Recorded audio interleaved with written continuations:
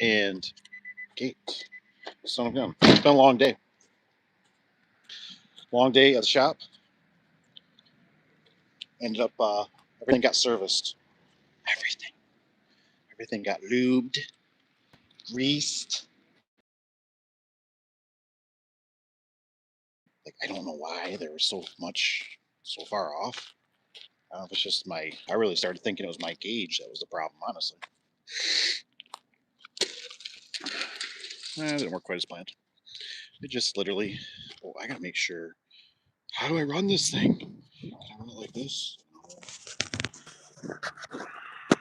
How do I get into my settings, man? Well, we'll just roll with it. Hopefully we don't lose Wi-Fi.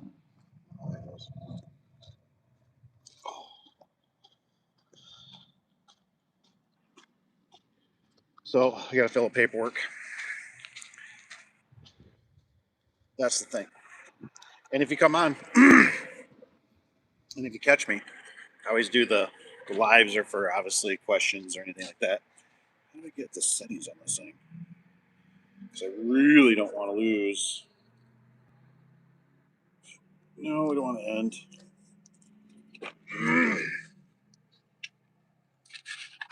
Maybe we'll get some people that appreciate the horizontal versus the vertical. We threw some 10W40, 10W30, sorry. You just quit for the day, Rusty? I can at least see that comment. I worked on all of them. Well, except that white one. Everything got oil changed. One got transmission service. Oh, man. And tomorrow, this transmission takes forever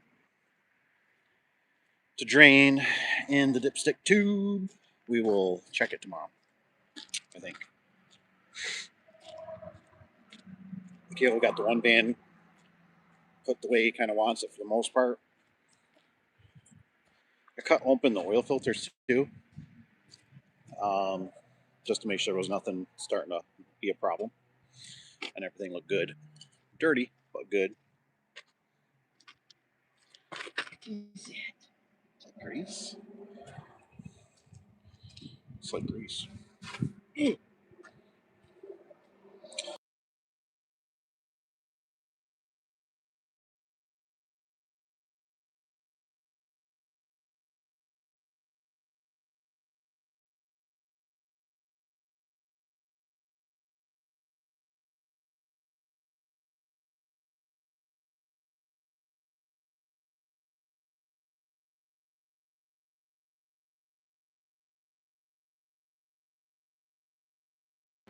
Mm.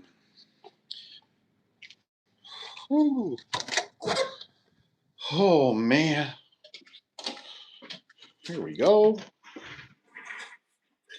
Back in the saddle again. It's back. Is it back to the? It's kind of chilly. Oh, sorry. It was probably because my youngest was calling.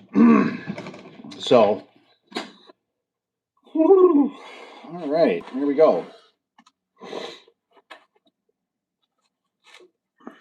Here's at 96 100. Which one are you? GMC. This is the Chevy. This is the Chevy. TPM sensors. Now, what would be cool is if I could check my phone without messing it up too bad. So we'll put the date. Is that how I've been doing it? Date for. What is the date? I think I was putting 11th. Am I right? Is it 11th? Looks like it's 11th. /11/20. I'll put it 1 because you just never know how long this thing will be around.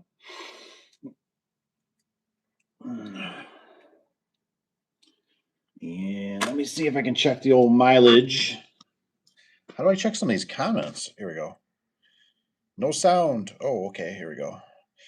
Office redoing. How small is too small? 8 by 8? Gosh, I don't know. I mean, this one's 16 by 16. So 10 by 10? Hopefully, let me see if I can check. How do I check? If I go like this, it'll stop. It'll say, we don't like that. Okay. I understand that you don't like that. Bada bing, bada boom. Sorry about that. Could you even hear me? I don't even know if you could hear me. Could you even hear me? I don't even know if you could hear me. Okay, so we got 96.1.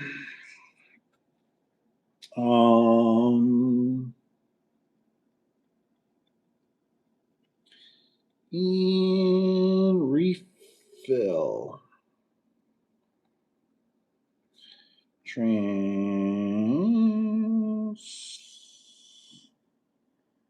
Shit.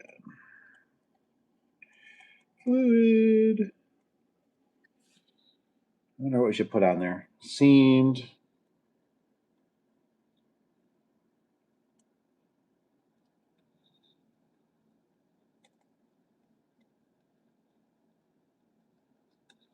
Medium dark. What's up? What else got going? Anything going on in the business? Let's see here. We did oil. Whoa, that scared the crap out of me. I thought the boogeyman was coming. Say, maybe I say that now.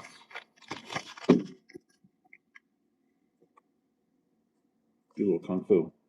Changed oil.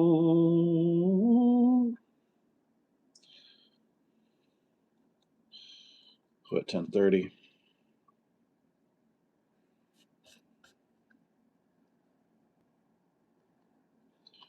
With we'll put squirt of zinc. Are you supposed to add zinc? I don't know. Some people always used to add STP.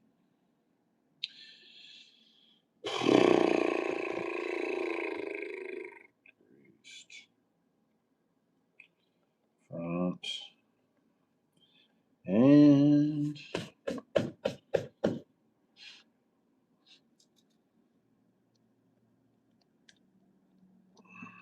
we sucked something on there. We sucked power steering.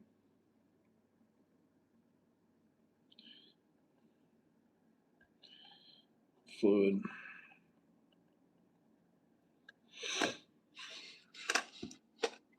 What I was thinking too, if anybody comes across, if anybody thinks of some questions they would like for me to possibly ask for at the IDA,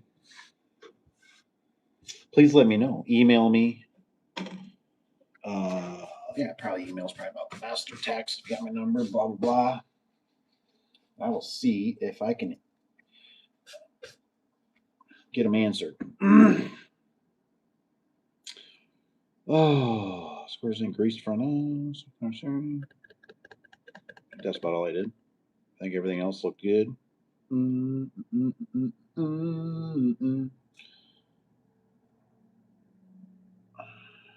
Change oil. Put front end. I think the tires are good. Tires are good, right? I think I did everything on that one. Have to keep an eye out. Oh man. What this says? Are you going to stop sign? Yeah, doors until we get paint available. Oh my gosh. Couldn't believe that. It's one of those things like, what in the flippy flops? Somebody else wrote all this crap. Must have been the Wafertron. Dang. Yeah, that iron ore.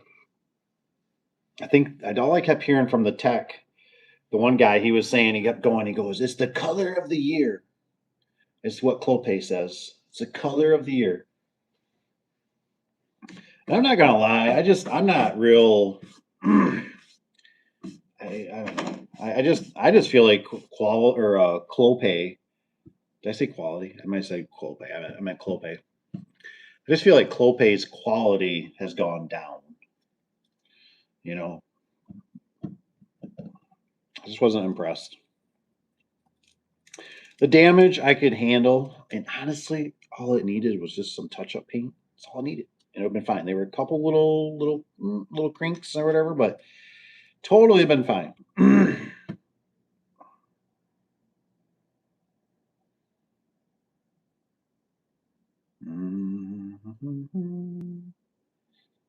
83, so 84, 85. That one's got about 2,000.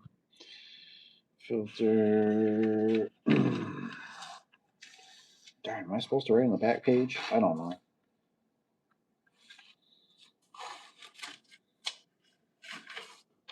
Maybe I shouldn't. I just write every page. I don't know if I'll ever fill that up. Otherwise, it gets kind of goofy, right? Let's just do that. Again, the date 4/11/2026. What do we got for mileage? We got 85. 596. Well, yeah, that iron ore was. So then I guess supposedly what they're going to do is send us sections, but of course now you know what's going to happen. They're going to send us sections. Then we got to open up the sections, right? Because the sections could be in worse condition than what we're going to bring up there. Son of a gun, sitting right here looking at me.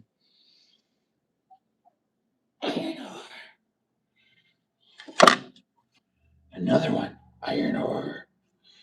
It was a pretty door. But so now we got to repackage the darn thing back up, and then we got to do the labor, and then the weather seal is all damaged.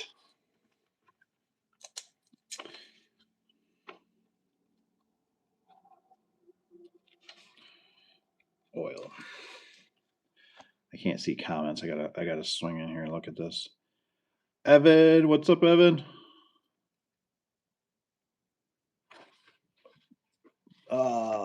Clopay door that had messed up paint. I'll tell you who I know for sure is the worst offender. And I don't know if Clopay, I don't think I remember Clopay doing this. But they'll literally, like Wayne Dalton, they will send you like an 8x7 or a 9x7, a hollow, non-insulated door. And they put the roughest foam I've ever seen between them, and they'll put them all together in one. So it ain't like a two pack. No, it's like a 4-pack.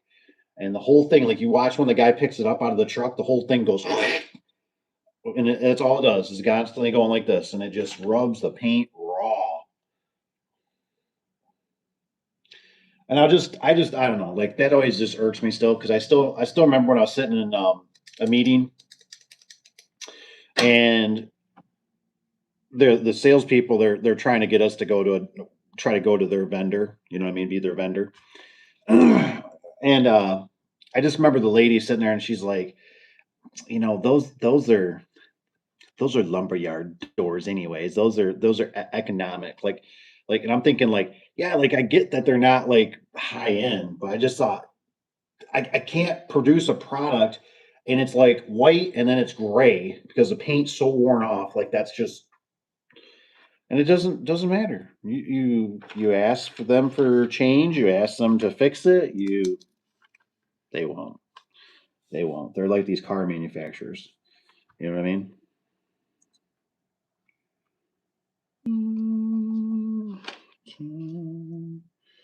W30 plus zinc. That's what I used to put on the tractors. Plus zinc. Or like I always do when I do garage doors, I always put like new opener, new door. We always oil them.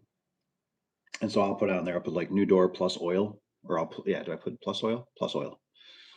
Just so we know it's been oiled. Mm.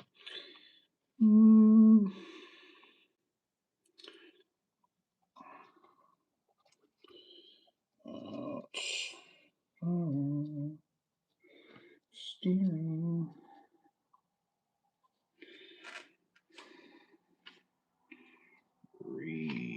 Phil. Oh, it's like my hand. Why is my hand? Where is this camera? There it is. Sorry.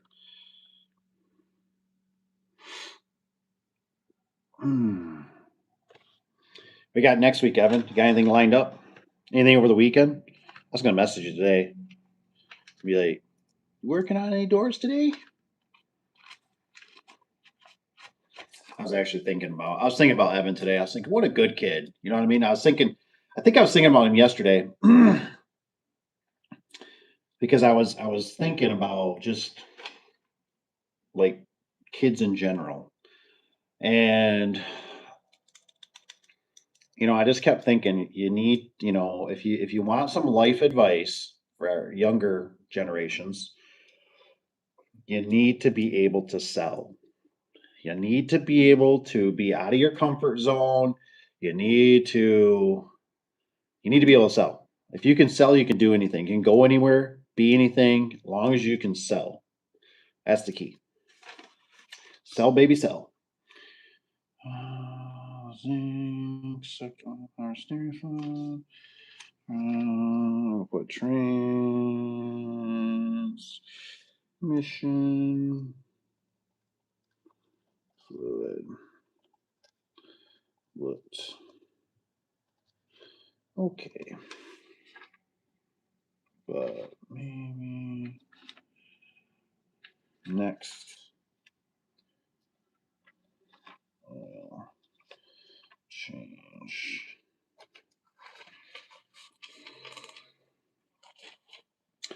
What else? Did we check tires? Tires are good. That one's gonna need new P or TPS, TPM, TPM, TPS. Tire, I don't know. So we gotta get the tires are good. We greased. Probably should put that on here that we did grease. Front end.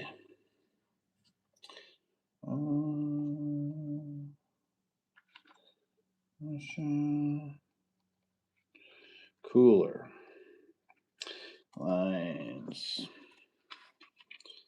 look to be starting to leak. There, we'll put that. What else? What else there, David boy? I think that's it. So that one's probably good. This one. Let's see what else they got in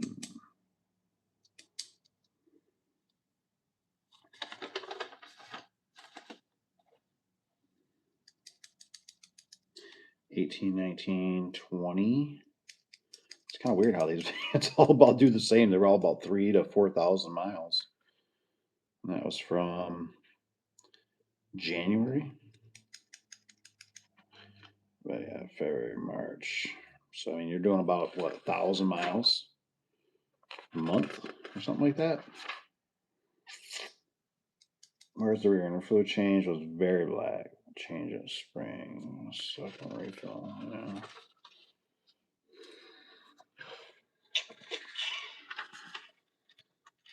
Where's the date, Davy boy? There it is. All right, so if we do 4/11/2026.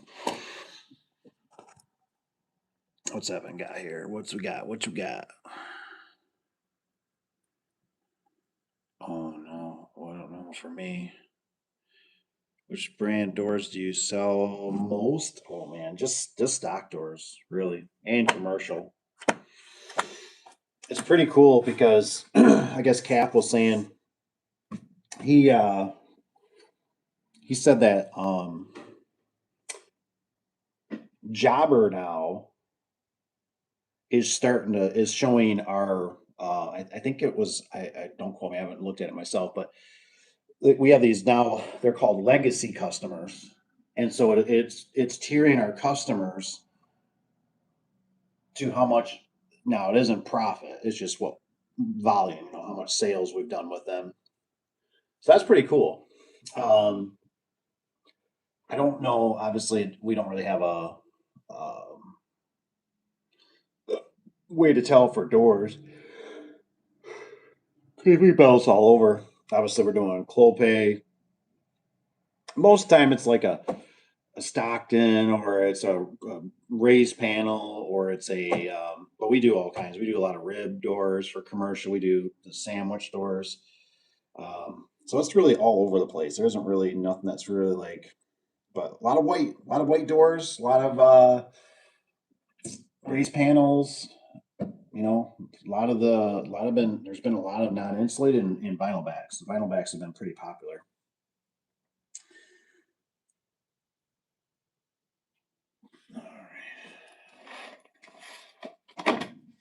All right. Let's see what we got here. I'll try to go off to the side. So I got to look at my big old ugly finger.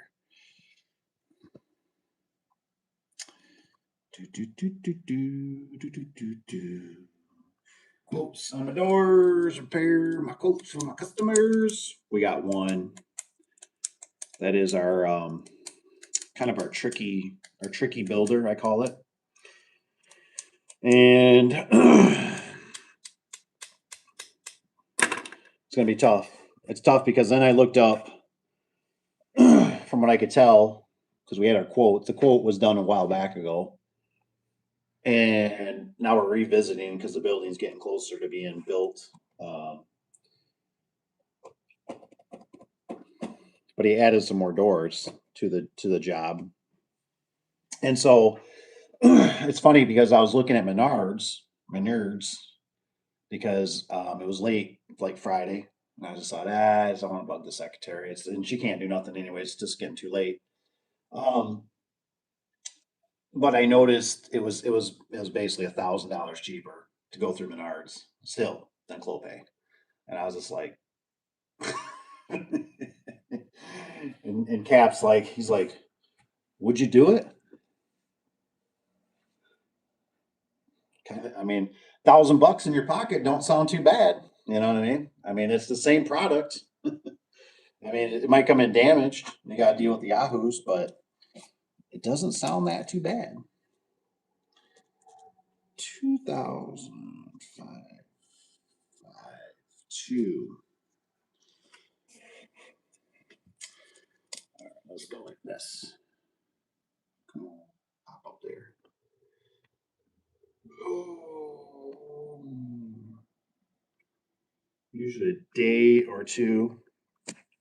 I feel kind of bad. Like I said, I was telling Cap how I said, man, I said, this is what I do. I said, it's really easy. I said, it's the best service I found is you can just go on to Menards. I really wish for like Evan. I really wish he had a Menards because man, their website is just. I think it's phenomenal. It's so easy to go through it, click, and do what you need to get an estimate.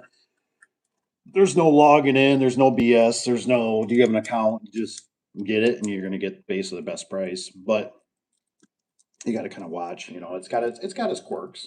But if you just lease any numbers, I can use it, and I might just throw like $100 on it, and I know that's pretty much what I'm going to get from my other vendor, um, price wise, and I'll get a better product. You know, I'll get struts, nicer rollers, all kinds of goodies.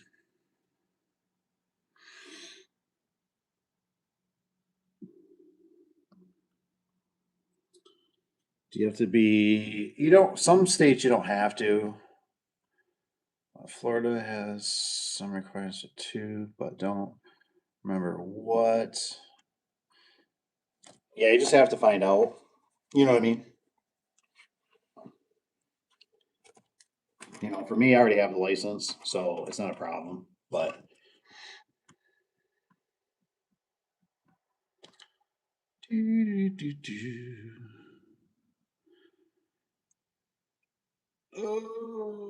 oh man, 12x8. I've been pricing 12x8 like crazy for a guy right now. Probably took my job. Thanks, Evan.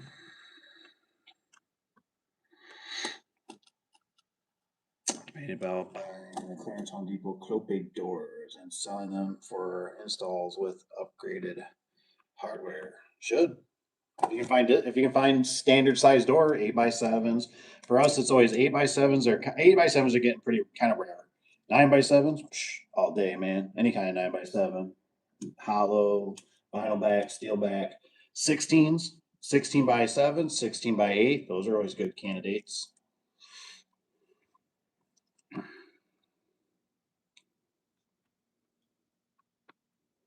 This is why I'm always that's why I'm always kind of trying to tell Evan. Evan, screw the house, dude. Screw the white picket fence. Build the business. Build the business. I got a property I'm thinking about, and then building a bigger building because there you fall down again. I'm so sorry. Oh, you okay? You okay? No boo-boos? Please don't sue me. How's that keep falling? Why would it do that? So I'm rocking the table here.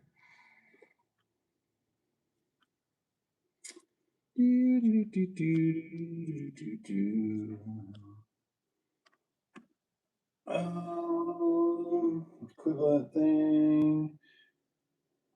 That's what you're talking about with the Menards.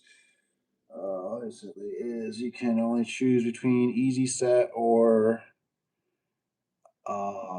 extension springs. Oh, okay. Well then, shoot, get prices, man. Hook it up, man. I'd be using them if you look at they're pretty close, hopefully, or whatever you're trying to do. That way you can just fire those off. I just love getting estimates. Just get them out of here. Get them out of here. Get them gone. It's a yes or no or goodbye.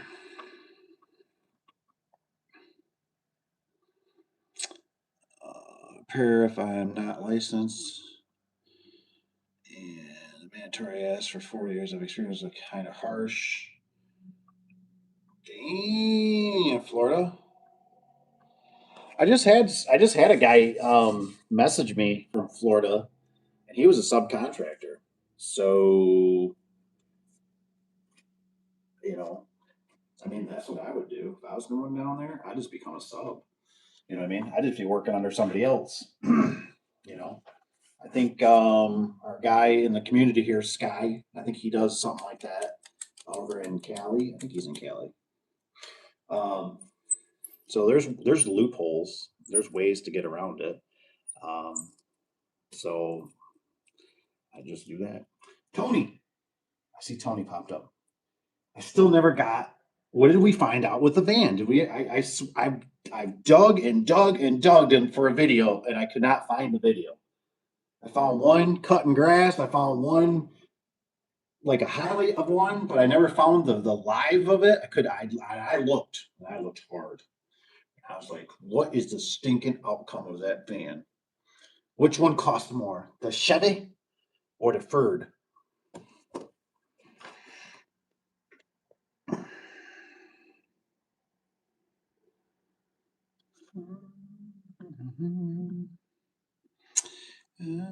Write it down. What prices you have gotten? Oh, that's true. That is true. So you can quickly estimate jobs. Yeah, yeah. Going through the whole bidding process. Yeah, that is true. But you do have to watch it because we got like a well. There's another. I don't know about your guys' vendors. There's another 5% increase coming. So let's see if I can pop up the old. See if I can pop up the old YouTube here because the comments are great. Keep them coming. But they're kind of hard to navigate on the phone. Oh no, here we go with a slow computer.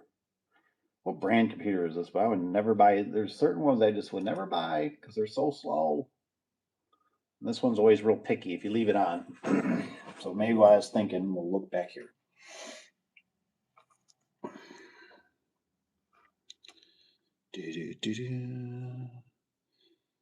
Oh man, Chevy cost me. Oh no. Were the cats plugged? $2,000. That's pretty cheap, man. I got it was like $3,200.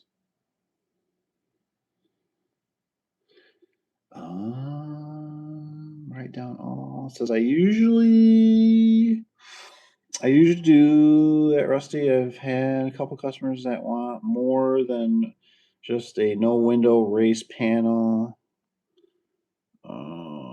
Let's learn basics with a Florida company near Orlando. Someone is around. Yeah, like I said, And the best thing to do really is honestly, and here's the thing, right? Here's some life advice. I literally talked to the guy next door that runs the car dealership. He's got I don't know what he's got. Well, he's got Parkinson's, right? He's shaking. He's got the thing like Michael J. Fox. So he's gonna probably end up selling the building. He's gonna sell off the cars and all that kind of stuff. He's getting up there, right? Parkinson, did I say it right? Parkinson. And we're just talking about, you know what I mean? Just guys talking about random stuff. And he goes, it's been years. He said it's been years, like many, many, many, many years since I've had a boy or a man, he says, walk into my office. And now that I'm sitting here talking, I'm sitting here thinking the same thing. And I haven't always been here, but I bet it's been 5 or 6 years since I've ever had somebody walk in that door and say, "Hey, I'm curious I'm looking for a job, this and this and this." Now, when they did 6 years ago plus, they would show up in flip flops. They would show up in sweatpants. They'd smell like cigarette. They would have a ride. They'd have no ID or whatever. They wouldn't have a driver's license. They weren't groomed very good. But I tell you what, if a man came in here with some boots on, some blue jeans, or some kind of Carhartts or whatever, like cargo pants, whatever, right?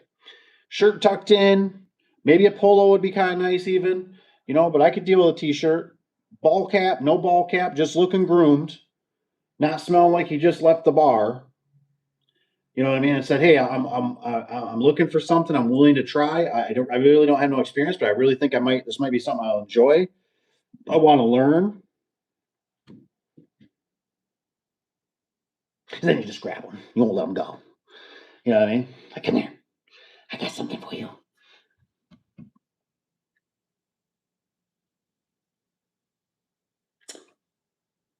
But it really surprises me how many people are scared shitless that are pansies that won't walk in. They won't do it. They won't do it. I'm not the only place. I can't be the only place in the United States of America that would be like, all right. And even if they were like, I want to learn, they were just being honest. I want to learn. Let's go. Let's go. My biggest thing is always is attitude. Attitude. Don't be doing the drugs. You know what I mean? Because I've gone through. I'm pretty good now. I'm pretty good. I think I'm almost an expert. 10% from being an expert. But I tell you what, there was a guy that had to leave not too long ago here, and he was a super great dude. But he ruined it. He ruined it. He brung back some of his stuff. He is a very honorable person, but he ruined it. He came in here just reeking of the weed, cigarette. His eyes were so bugged out, and it was like, dude, why do you got to be like that? Come on, man. Like, how are we gonna ever? Because if things under the, he's going through a rough time, and there was possibility, but he's letting stuff control him too much. And I've had alcoholics. I've had them, and they've come in and they're just totally just obliterated. The night before, they just pounded the beers, and it's like you're like sitting there like, you all right? Oh, I'm fine. Man, you don't look good. You don't look healthy. You don't look like you're fit. You don't look like you should be in service today. You know. So basically what I'm saying is it's not that hard. If you want a job, just go walk to places. Just walk. Just walk. Get a tote bag or whatever, put some boots on, and just start walking. Or just drive. Make sure your car's clean too, because that's stuff I check. Right. I'm gonna if I got a couple guys here and I can, or I get one of them, we're gonna go out and check your vehicle. You know what I mean? Because if you keep your vehicle like some of them I seen, like a garbage can, more likely you're going to keep your service vehicle the same way. It's like a garbage can. So clean vehicle, right? Looking good, looking sharp. That's important. That's important.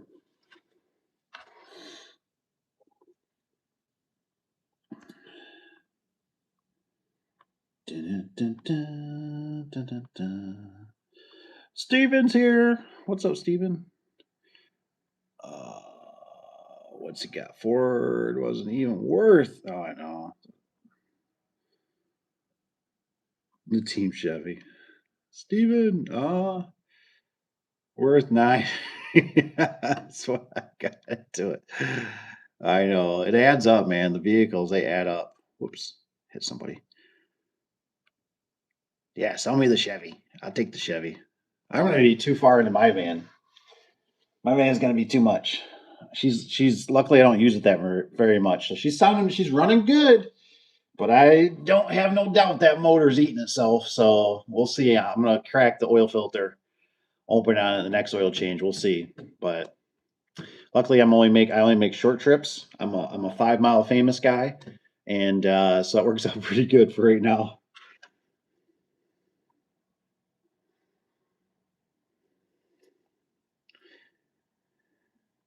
So sneakers, yeah. I mean, I was kind of let up on it, but I really do believe like I had to work on a residential door the other day, and it's warmer out now, so I got my boots that actually got like a steel toe or a composite to them because I like to kick once I get the door kind of stacked. I like to kick the bottom of the track in so I can start zipping it and get my weather seal, where I want roughly or where it's going to be or close to the jam the door. Let's just say, but you'd be surprised.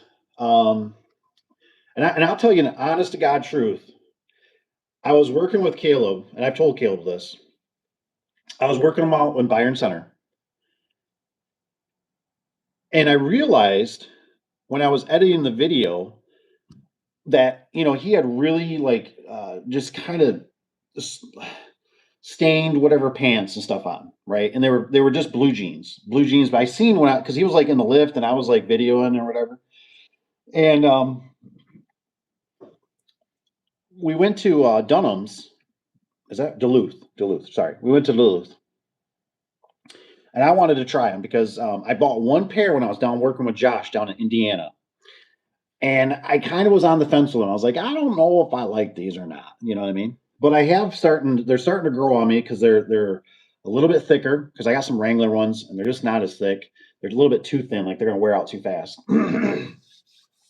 So Duluth ones work good. I like that they got everything advertised. So all I have to do now is I just order it offline. So that saves me a ton of time, and I'm all about time. So it saves me all this time. I just get them ordered in. And then the one guy, electrician, told me, he says, "Hey, he says if you order them, they'll give you like a discount." So I wait because I'll order one pair or whatever, and they'll give me like normally like a 30% discount or something. They'll send every once in a while. So I just buy another pair when it's 30% off.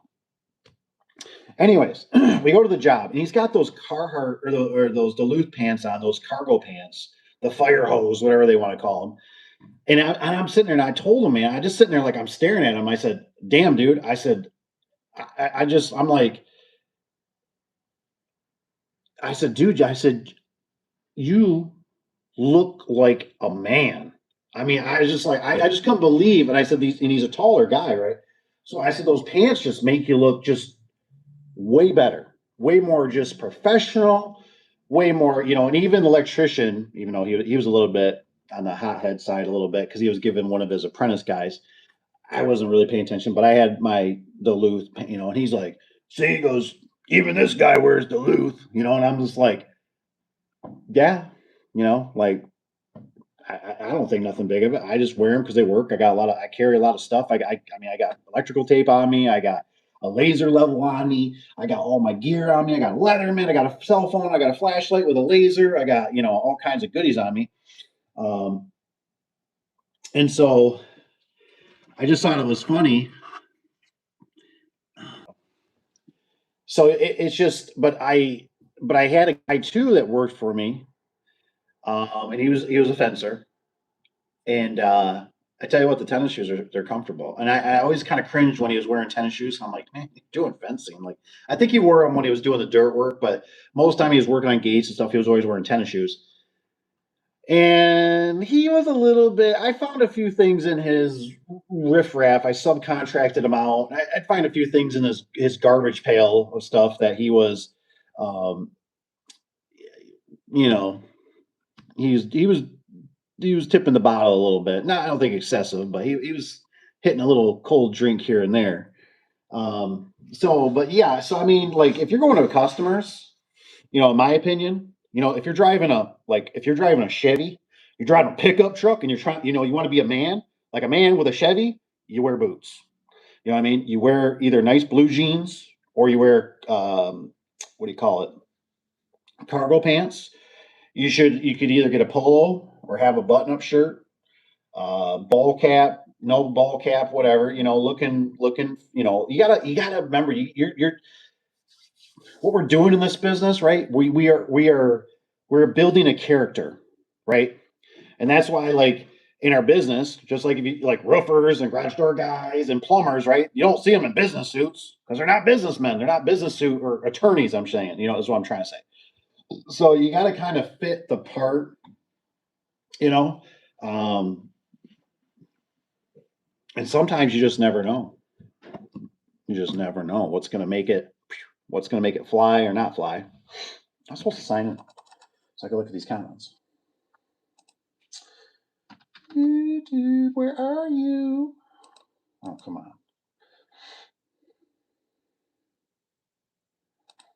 It's a sharing platform. Okay, fair enough. Now, like once you already get the job, you know what I mean, and especially like during the summer, because I'll wear like shorts. I'll wear shorts and I like these Reeboks. You should check out the Reeboks. I think it's Reebok's got them, but they got these black shoes. They're kind of they basically they breathe, but they got like a steel toe in them, and I like those. Those work really good. They're low. The only thing I don't like my ankles being exposed, but they're low and they work. But sometimes I'd wear like a button up shirt, one of our uniforms, and I had the blue. I kind of looked like I don't know. I'd look like maybe like a plumber. I don't know. So summertime, I get it. But when I was always selling, I wanted everything possible to hopefully get the sale. You know what I mean? Because you just don't know. You don't know what your competition's doing. All right, I hope this doesn't blast me.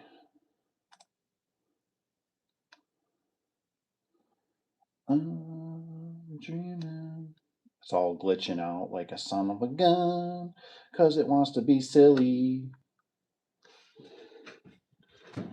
I think it's thinking still. We'll see. Oh, okay. Now we're gonna behave. Oh, I can't skip it yet. Okay, here we go.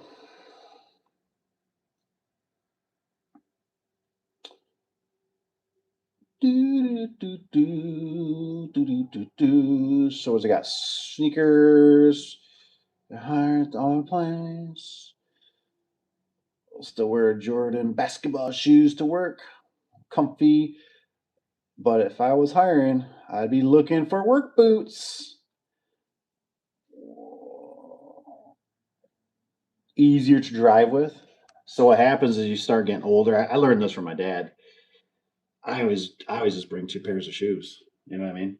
Especially if I got a little bit of a driving, I always bring tennis shoes. I bring them even to the job. I try to sometimes bring two different boots because sometimes just depending on what you're doing or different shoes, I never know.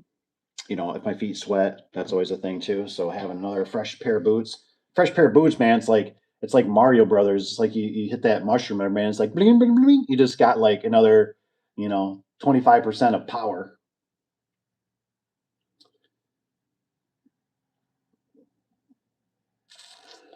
The Columbia light hiking boots. Work pants. They look nice. Hold up.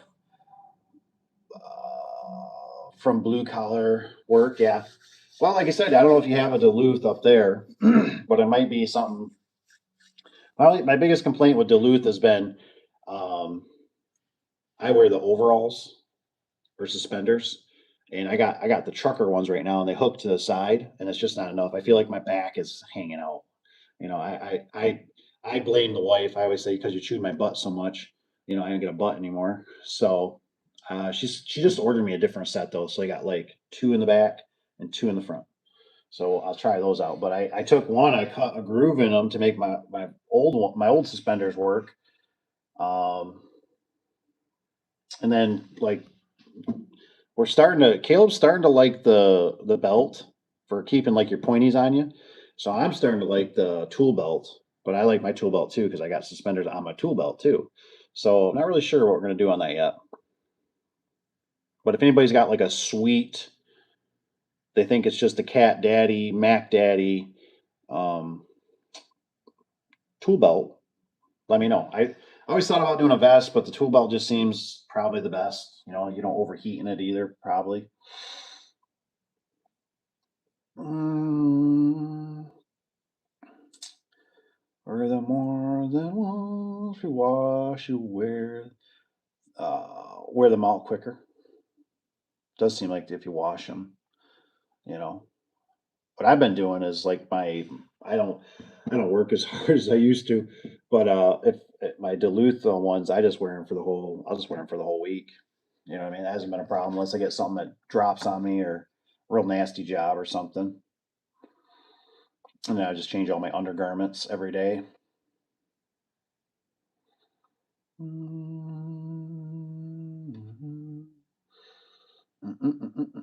Because once you start having like kids and you have broken wash machines and you have to buy the speed queens because they're like the only thing that holds up, and you got to spend like 12 or $1,600 per unit, per dryer, per washer, and then you got to pay when you had to deal with the sewer getting plugged, and then you have to deal with um, the laundry just stacking up, and then all you do is you every day hear the wash machine just running, running, running, running because you have all these kids, and it's like I'm good. I'm good. I don't need to be a part of this. I can wait a little bit. Plus, it helps keep your clothes lasting longer too because it's not running through. Uh, Rusty says he says, "Do you allow your guys?" Yes. Yeah, they can wear shorts, but we have certain. So what we're probably going to do is behind this wall right here. Kale's been cleaning it out, and that bin's going to go somewhere. I don't know where. And we're going to probably get lockers, and that way everybody can kind of put some uh, have some garments here, basically. You know what I mean? Because we've had it happen where somebody comes in with shorts and then they forgot to bring pants, and then we have to go to certain commercial places and they don't allow shorts, and it's like, well, I didn't know I was going there today, and it's like, how did you should be prepared, so. And then my theory is too is like maybe like if there's an extra locker or something, maybe we'll put some apparel in there. We're still on the fence. We just had this place. I don't know if you guys have this place around, but we just had this place. They're a uniform company. I haven't used this. I used the West Michigan uniform. And they got Carhartt. They got Carhartt. But um, thought about talking with them possibly. The problem is don't really want to get into another subscription right now. I was just thinking about it. Feels like everything. Would you consider a water bill a subscription? I was thinking about that. What's your thoughts on that? Would you consider electric bill a subscription? Is that why in that little clip I seen a long time ago when the people are trying to sell them a wash machine or whatever, and they said, so we'd buy the wash machine from you and then we'd rent the electricity. That's silly. Why would we do that? And I'm always like, I feel like there's more to that than what meets the eye. And so I was just thinking about that today. I was thinking about probably when I was in the shower. I was like, is it a subscription? Because we got another water bill here, and the water bill was like 300 some dollars. And I was like, why is the water bill so high? This place, we've washed a few vehicles.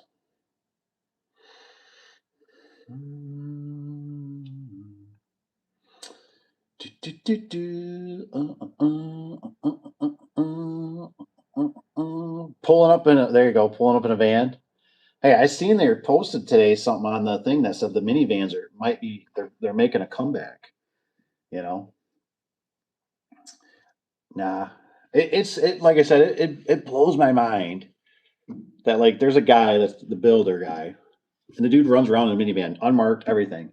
But it's honestly, it's like I watch him control um, the situation, the job site, and the thing is that company's been around for so long, and it's kind of hard not to be like that here to some degree. You almost kind of start getting real arrogant. You know what I mean? Um, and sometimes I have to, even if I go to a job, I have to rein myself back a little bit, like whoa, whoa, whoa. But you know, to be all in fairness, you know, like I said, we just went to another one. What was it this week? And you know, it was one of those. The guy said, you know, he said, I seen your post, you know, about 3 or 4 times. And he said, I didn't want to have you guys come out in the wintertime. He said, so, and I was like, oh, I was like, appreciate that. And so he's like, it was just time to finally pull the trigger. And okay. And then we just went to another one, which was the iron ore one. And that guy mentioned that it was the Google reviews. He said, yeah, he goes, I used you guys because you guys had good Google reviews. And I don't think he made a review yet. I tried asking him, so maybe we'll have to hold him hostage. And I wanted to show you guys. This is what we came up with. This is probably a better demonstration right here. We actually have this. So this will be your QR that you would go, and this will bring you to our website, whatever that, or the Google link, and that's where they can make a review. And then what's it say on here? It says leave us at the bottom. You might be able to see it. It says leave us a Google review. And then I didn't want to just leave it kind of blank, so I told them, I said, I think I would add something to it. So what they did is they added the Muskegon, and then they added the phone number. And then there's the website, thedoorboys.com. So, but that way you can just, you know, hey, would you leave us a Google review? Blah, blah, blah, which I actually got to get some of these for my van. And you could just, there you go, give them that. It's real easy squeezy because I've had some that got a little bit confused. Oh,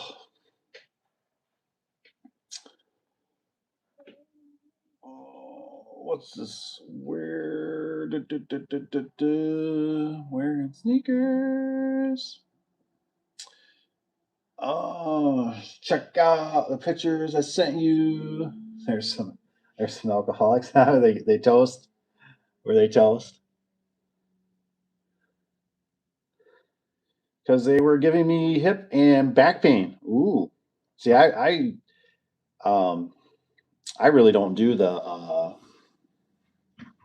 I never really wore a belt except for big jobs. When we did big commercial jobs, I'd put them on typically just because you're going through screws after screws after screws. So I just pile all the screws in my pouch, and that way I can just boom, pull them out.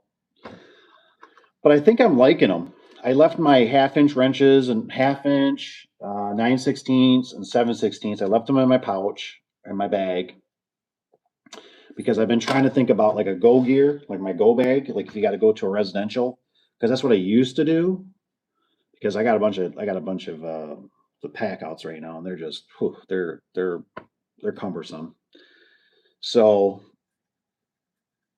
I was trying to think of something that at least if I put my tool belt on and I had my my impact, and then I had my stuff, it would I could just walk in. I have most of the tools. I just got to grab the springs, blah blah blah. So I don't know if I'm gonna leave it like that or not. But I've been noticing because I do not like getting off the ladder, and I did it. Which, by the way, thanks Papa Tony. I used two. I bought another one. He sent me the one of the beaner, or I don't know what they're actually called. It's a clasp with the clips on there. I loaded up those, and then I was digging for them, and so then I finally got them onto my where the hook is for my uh, hammer would go, and I think I like that better because then they're more just kind of out in the air. And once I kind of started playing with them more and getting the way that they feel, they're starting to kind of grow on me. You know, at first I was like, I don't know if I like this, um, but to have all your sockets, it's pretty nice. especially when you're up in the air and you got to do like 7/16. I still put a few on the ladder. But just like all of a sudden I had a wall right there, bulk header or whatever. And I was like, I can't get an impact in there. So I was like, well, dig it. I reached for my wrench. It just keeps me, I'm always, you guys ever watch that Dave's Auto Garage? He tells you about how bring your toolbox. Your toolbox should be very as close as possible. Well, to me, every step counts. You know what I mean? I want to get in and I want to get out, baby. I want to get it done efficiently and I want to get the hell out of there as fast as I can because I got better things to do. So I just I don't like climbing up and down ladders. Those are steps, and those steps add seconds, and seconds add minutes, and minutes add hours. So if I can do something that keeps me more, if I take my impact too, I put it on my back versus in the ladder where it normally falls off and stuff like that. So um, Caleb's using a half pouch, and I don't know if that's his complaint right now. Is he's like it's as tight as possible. He's a little bit on the skinny side, and he says it's falling down. He says or it's pulling my pants down. Tighten your belt. Tighten your belt. Check out pictures. Let's see here.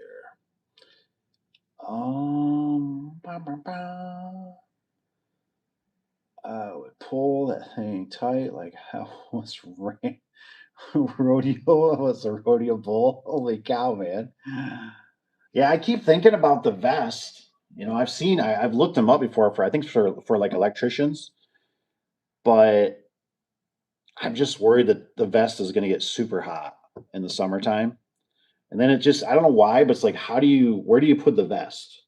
My bags normally sit down and almost kind of sit up. I mean, like, they'll sit in the van without like doing weird things. Like, but a vest, I just feel like if I lay it down, it's going to go like all the tools are going to fall out of like the whatever. And I don't know. And I keep wondering too about like if you're bending down, you know what I mean? I'm not counting it out. I'm just trying to play it out in my head where it's like if I got stuff on me and I go to bend down, I'm always nervous about just, I'd hate to, what if I'm in a lift, and it goes down and smacks somebody in the head? What if I'm leaning over and now it hits the strut and it falls over and it, hits the car that's in there that I really didn't want in there, but I had to because the door was, inoperable. Mm. And then I think about just the sweat because sometimes summertime, man, I'll sweat on my chest.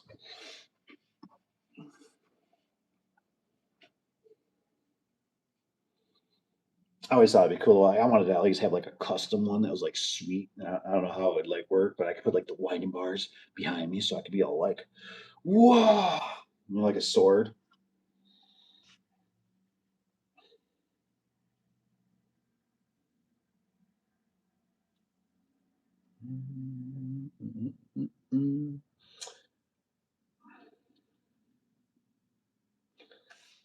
Oh, the sciatic nerve. Wow. Not good. Not good.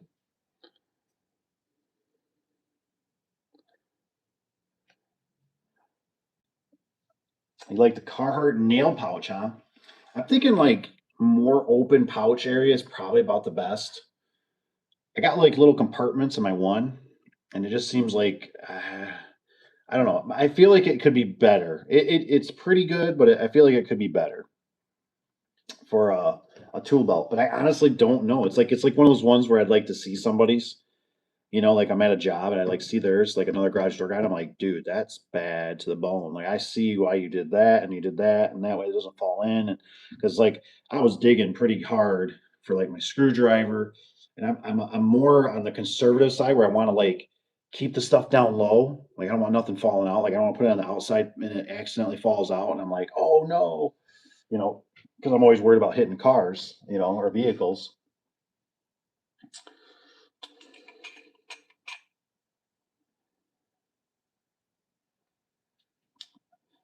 In your four pockets. I know a hoodie's nice. Hoodies are nice. Hoodies work pretty good, but man, just seems like if you can. I like putting my impact on my back because that takes off the load. It feels like on the belt. So I got just a J hook. I'll throw that in the back, and then I got my pouches, and then I got two wrenches I had for the top brackets because sometimes you use what 7/16 and use half for your top fixtures. But I threw the suspenders away like an idiot years ago. I was like, I'll never use that. Right? That was that whole ego thing. It's like I was watching this lady this morning, and she's like, I would have never thought when I got older, my it was either parents or somebody, when the older people would always say, you're not going to care what people think when you get older. And she's like, I really did care about what people thought about me. And I'm sitting there watching, she's talking about this, and I'm sitting there just like laughing inside because I'm sitting there going, like, I got suspenders. Like, hey man, whatever it takes. That's like how people wind springs. If you use a vice grip, whatever, go for it, boo, boo. That's you, man. Like I'm not against it. If that's what you feel comfortable, you feel safe, then do it. For me, I don't like getting up and down off the ladder, so I'm starting to kind of be like. That's why I always carried a Leatherman on me because that Leatherman would save me in so many little situations. It saves me all the time when I'm on my knees and I'm doing like that little pin or something. It's like I'm like looking back at my bucket. And I'm like, mother.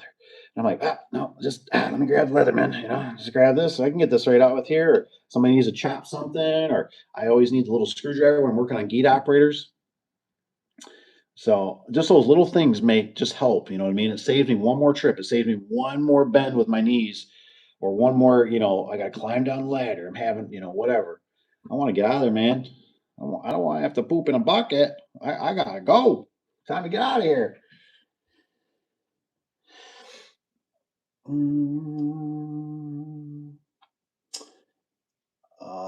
The clips on my belt.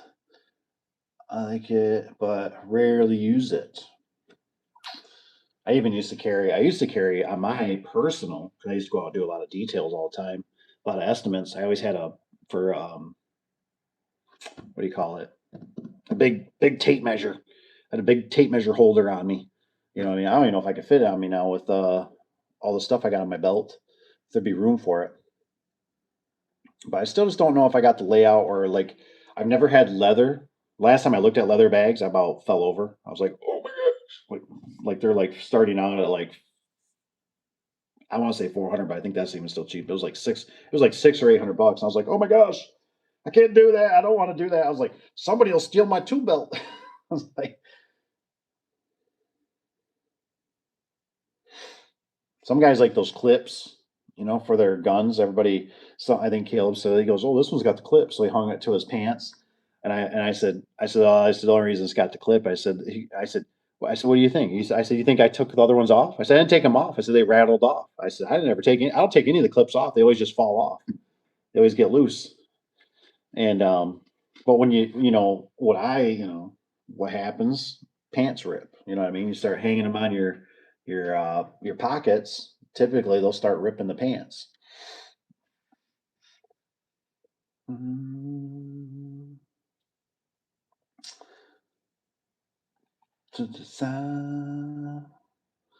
Oh, rainbow ones? Is that rainbow suspenders? Or is that rainbow? It would be nice. That would be great to find somebody. Like I said, I'd love to be out to a job site and be like watching somebody with their tool belt and be like, dude, that you got that set up real nice. Like, I gotta see what you got here. You know what I mean?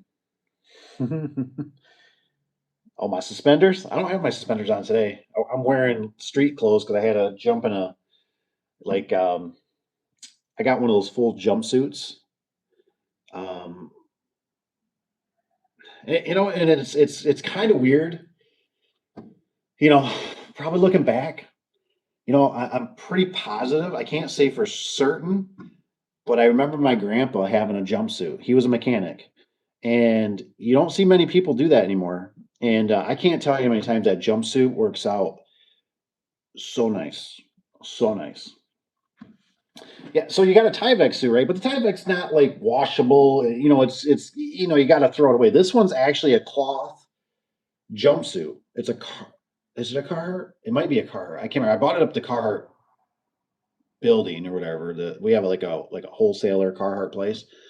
I bought it from them. I bought two of them, and I love it because like if you're working in just nasty, it could be crawl spaces. Today I was underneath the vehicles, so when you're doing the scooting,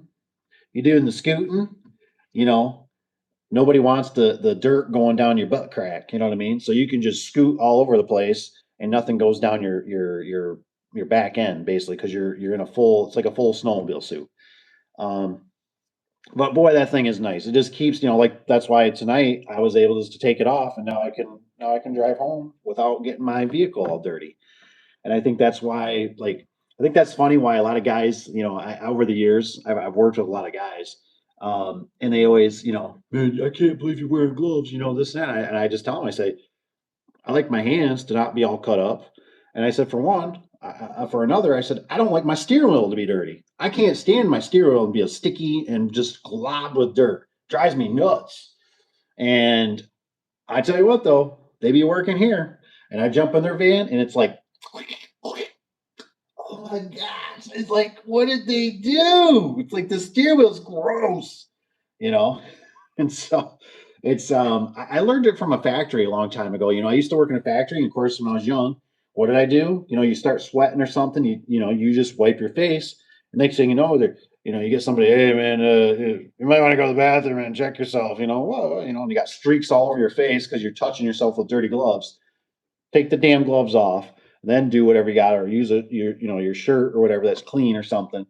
So I like the gloves. You know what I mean? I can't tell you how many times the gloves save me. Just a real pair of thin gloves, and then I can take them off. I take them off sometimes, do weather seal. Then I don't always. It ain't always a guarantee. If you got to be real picky with weather seal, I get latex gloves. Even I'll bring them if it's a real high end place. And so, but you just get used to it. You know what I mean? You just start. It's like I can imagine people that used to be barefoot, and then they'd be like, I can't wear shoes. I got to feel the ground. I got to have my toes to wrap around things. Just you get used to it. You just know how your body functions. You just make it happen. I might have key. We have to go. We gotta take a look. We'll take a look here in a minute. Got my memories. I'm working for Uncle putting tar on foundations out in the summer. Oh man, yeah, sweatsuit. Oh my gosh, dude, those things. If you get sweaty in those, those are nasty. Those are nasty. We got a company that makes pigments for basically everything, printers, crayons. I think that is key. I think I have a key suit, but they make all this stuff. And man, they give you Tyvek suits there, and you need them because you come out either looking like it's either what is it, yellow, blue, and red. I think is the colors. And man, everything you touch is nasty. I don't see where's our bibs? Oh, no, they don't have them here. I don't know. They got some stuff there that's just it's bad. It's really bad. Here's all my mess I'll clean up at home. This is that suction thing. I don't know if I showed you guys. This thing comes in handy for sucking out fluids. Went and got a 5-gallon bucket from Tractor Supply of oil. $74. Can't beat that. So I got a little bit of cleaning up. I got one that's dirty oil, basically 5-gallon buckets because it's got transmission fluid. Where did that suit go? I set it down here on the ground because I didn't want to. Yeah, I'll be darned. Son of a gun, it is key.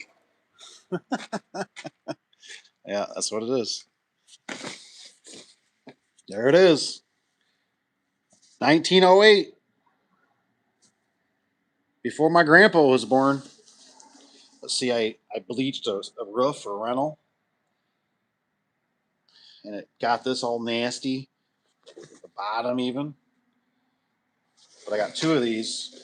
Man, these work out really nice. So you can just love it, man.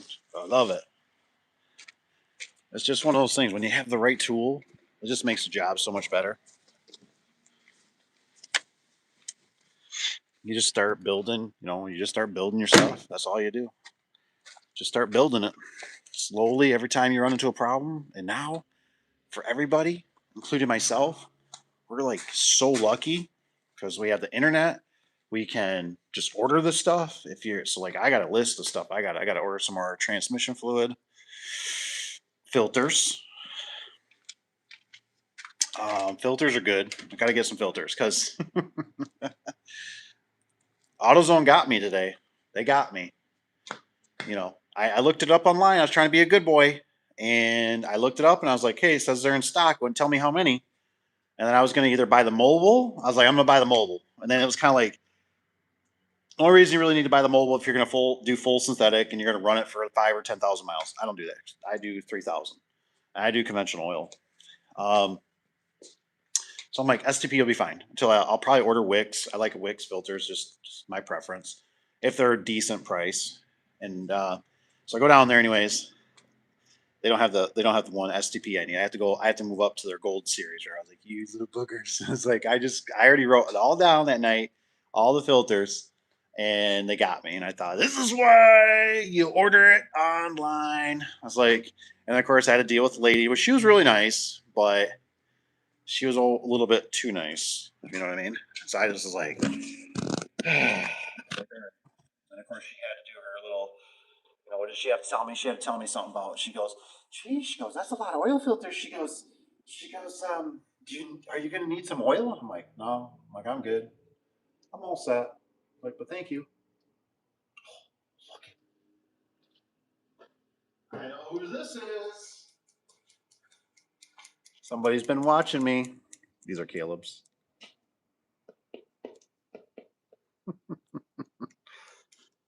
Leave them behind. Where am I gonna put them for? I'll put them somewhere.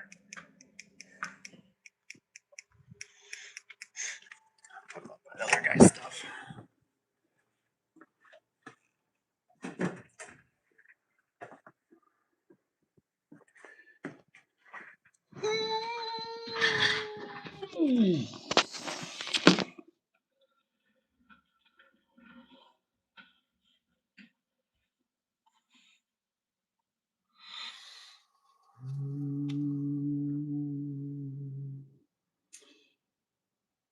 Bad memories time at work. Right tools, make it fun.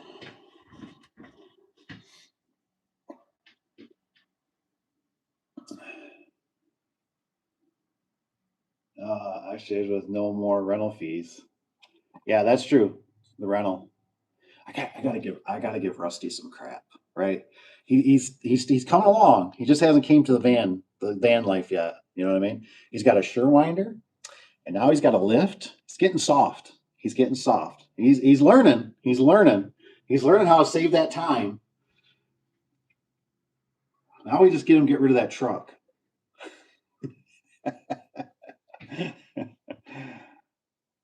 Lift is nice. The lift is nice. I know. I mean, I would stress so much about back in the day with the lift. I remember, something wouldn't go right, or it took longer, and then we're only supposed to have it so many days. And we used a small mom and pop place, and I remember they would, it's like you'd have to call them and be like, "Is it okay if we keep it for a couple more days? Heck, by this point, we probably should just keep it for the week.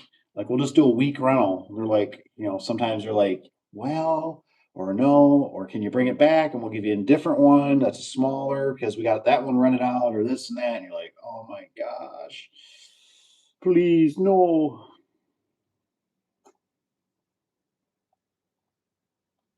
So yes, the lift is, and for us, it became a time saver. It would be.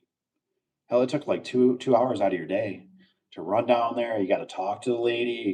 You got to tell them which one. That was if they even had it. That would be another thing. If they were out, now you're like, oh, what do we do now, man? We're dying here.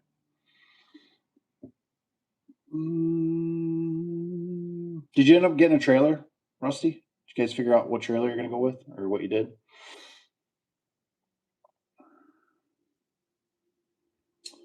Clean room. We had to be in spacesuits, booties, gloves, head cover, for us to suit up. Yeah, it took. Oh man, I know. I know. Some of those jobs are just really. We got some, and it's like you're going to get billed 2 hours just for getting signing in and signing out. You know what I mean? It's like automatic 2 hours because it just takes so long.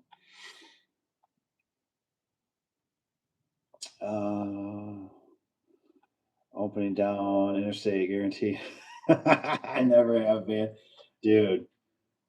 I was just talking to I was talking to Cap about it, and he's like I don't know how you guys do it. You know what I mean? I told him, I said when I did the van or when I did the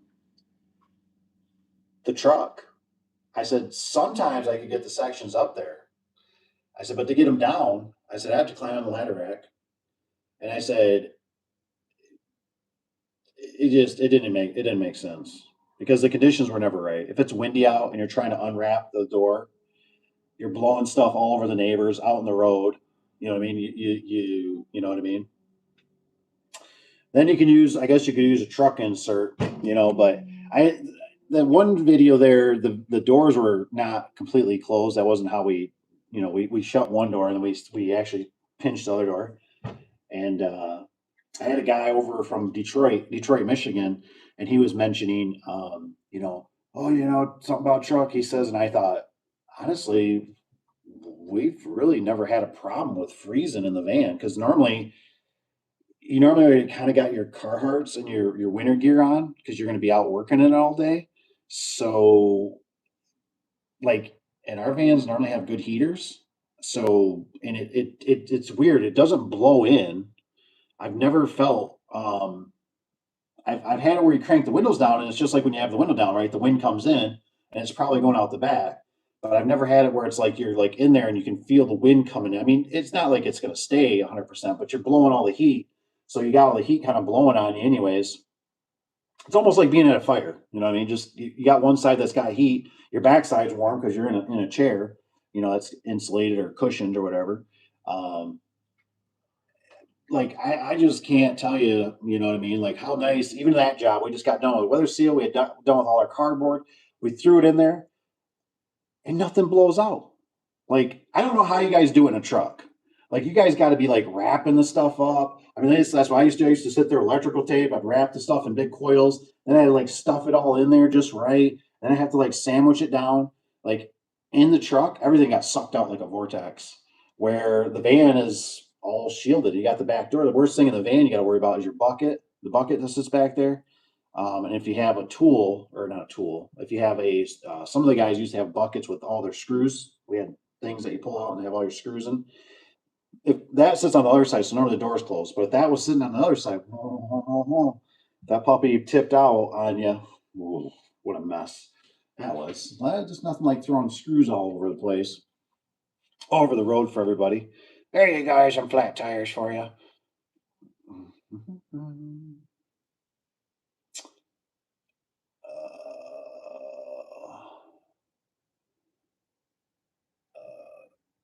Okay, this is have full size car. Wow, car trailer. I'm surprised the door doesn't collapse. Maybe the ramps. The ramps. Okay, okay, going down backwards. Everybody watching. Then I told them first time. That's first time. Yeah, yeah. When you got a scissor lift, those things are just so unique. The right trailer makes such a big difference. You know. I tried one on a big trailer once, and oh my gosh, it was so dangerous. Then I did that tilt trailer. That was the worst. Like, it wasn't the worst. It was an improvement, but I always was really secure. I was always really scared that if somebody didn't lock something down or that they didn't get the buckle tight, and that thing would come off. So I think the trailers that they got now, I think are probably about the best. I think I really can't find any.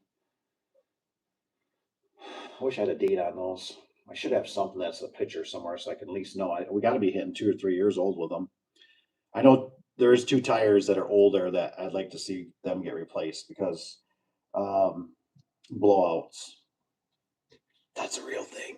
And so the one tech, he went to, where did he have to go? He went to Grand Rapids. So that's about 45 minutes. So, probably 45 minutes is 45 miles roughly, or a little longer. And I was like, man, I thought it would suck if he gets a blowout. Those tires are from 17, I think. So I don't know. Trailer tires, it seems like they're even worse than car tires, in my opinion, but I don't know. Mm.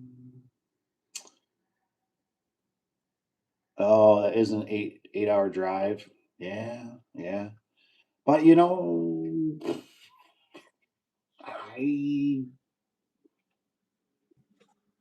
I don't know, man. That's why I got the weekend. That's what I do. I'd go on the weekend. You know what I mean? If unless it's a place that's not open, then just go whatever Sunday and pick it up Monday, stay somewhere and a little cheap hotel and pick it up and enjoy your ride. And I look at that. To me, those are those tools that if somebody's maybe a van person or somebody's a truck person, you find a way. I mean, like for a nutshell, right? Rusty, didn't they go way down south, right, to get that truck or whatever, one of the trucks?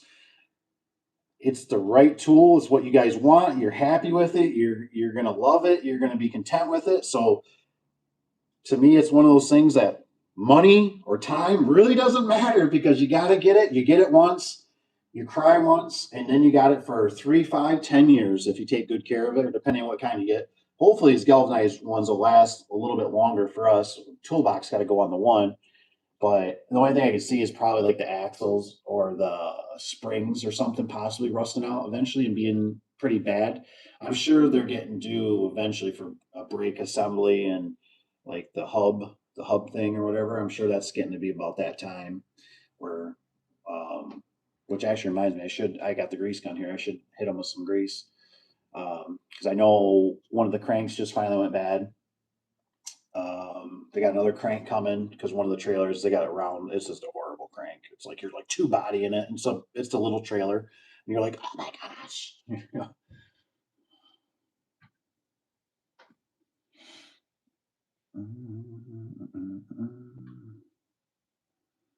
Ooh, okay, save ticket on truck. Yeah, well, I guess save money, so that's different. Fine with trailer. Yeah, for now. So not urgent. Yeah, I mean, as long as it works. If it works, you know what I mean. And if it might be kind of nice because if it's enclosed, I know the one guys they don't like driving that one, but it is nice to have it enclosed. You know what I mean? Because in the wintertime, it doesn't get full of a bunch of snow. It's not getting all that salt grime on it. Um, oh, it's an open car. Okay, so it's probably got the heavier ramps. Okay, so it's an open car trailer. Okay, gotcha. I thought it was an enclosed and you're putting ramps on it or something. It's like those enclosed trailers. I know that they got the fold down ramps. I always thought about it, but I mean, I'm sure you cave it. Too much weight, too much concentrated weight. Or full size. Oh yeah. Well, at least you can haul some product on there. I mean, that's one of the pitfalls of these that you can't haul really. When you got to send two trucks. It's a two truck plan. You know what I mean? You got to send somebody with truck to haul the stuff, the material, and then you got to have somebody hauling the lift, which is normally the get go, anyways. Once you kind of get you know uh, it figured out, just it kind of works out. Times 9.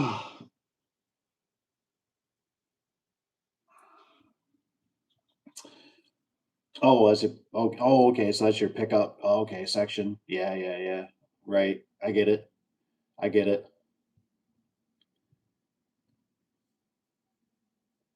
That still blow. I don't know why that still blows my mind. You know what I mean? I don't know. It's still like I look at everything. It's like I was here. I've been here 3 times now. A couple times with the kids. One was with Caleb. I'm like yelling at them because they got stuff being delivered. Especially through like FedEx and UPS. Well, UPS is not a problem, but the mail lady, she stopped the other day too. And so I'm out back doing something. I'm yelling. I'm like, get up there, get up there. I'm like, run. I'm like, there's nobody in the office. They're gonna leave a sticker on the door. And I don't know. It's just one of those things about picking up things just blows my mind because I don't. I guess I don't know.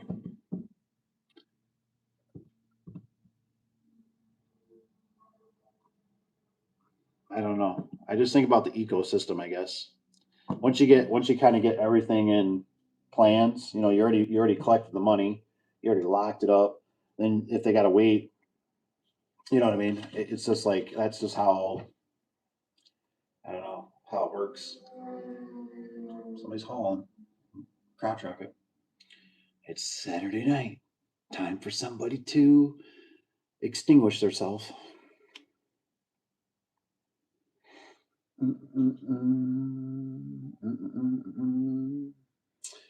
Ooh, and yeah, tires, bearings. That is true. That is true. That's all true. Another crank to rust, another whatever. It does add up. It's like, you know, it's like being here trying to help and it's like you're like, wow. You're like, man, I helped build this, and you're like sitting here and you're thinking about all this stuff and now you got to maintain it. And it's like where I always feel like I want to be like, I tell the younger guys, I'm like, sometimes it's not all cracked up to be, what it is, because there's a lot of maintenance. I've come to the conclusion that I've kind of somewhat turned into that a little bit, but we honestly need a full time maintenance. We need a full time. We could use a full time person in the office. We could also use almost a 3/4 to half to full time stockroom clerk. Um, and then we are down a technician right now. So we need another technician. Yes, the choice. Organ donor. I like that. That's right. But the ones around here are pretty contaminated, so might not be good. Might not be good meat. Might be kind of gamey. Mm.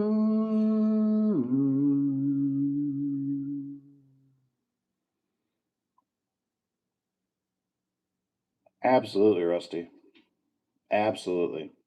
That's kind of the problem I have because the neighbor guy, it's weird how you start looking at everything. And I go, man, purchase another building. And then I go, now it's going to get uncapped. So now you gotta deal with higher taxes. You got another water bill that's separate. You got another electric bill that's separate. Tax bill that's separate. Sewer bill that's separate. Water and sewers together. And then the building I've seen some stuff on that building. I know that's going to need addressing pretty soon, like some fascia, some boards, some decking, and then probably a roof pretty soon.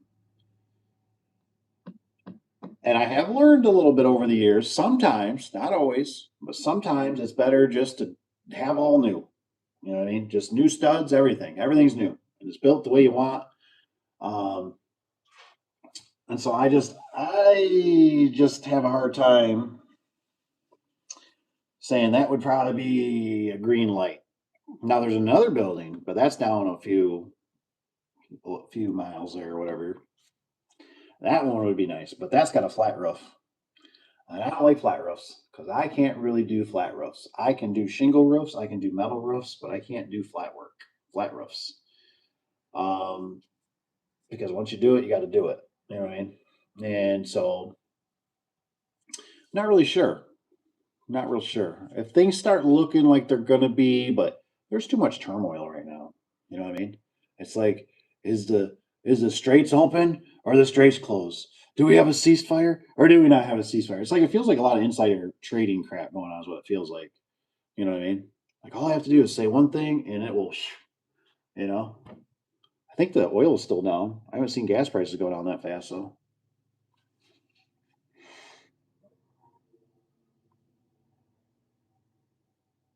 Mm,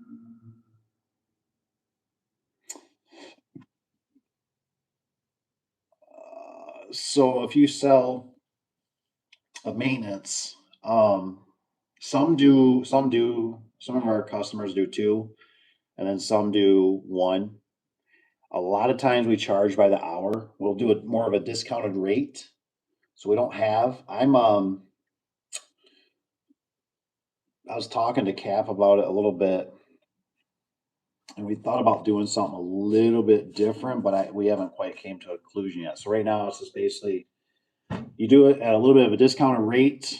Um, you charge what you got to charge. You charge for your lube and you charge for your time, and then you document everything. And sometimes some customers are kind of like just do it, and some are like we want an estimate, a quote to fix the stuff, with cables or this needs rollers and things of that nature. Mm. Oh yes, Rich says he'll be our shop guy. Does this if you're the shop guy, do you come with HVAC too? Because I don't want to do another mini split anytime soon. I think I lost all what I've learned.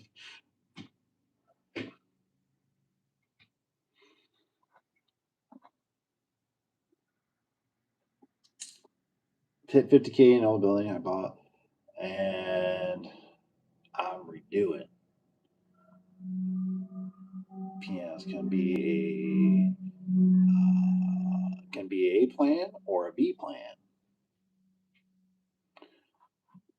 I'm back, he says.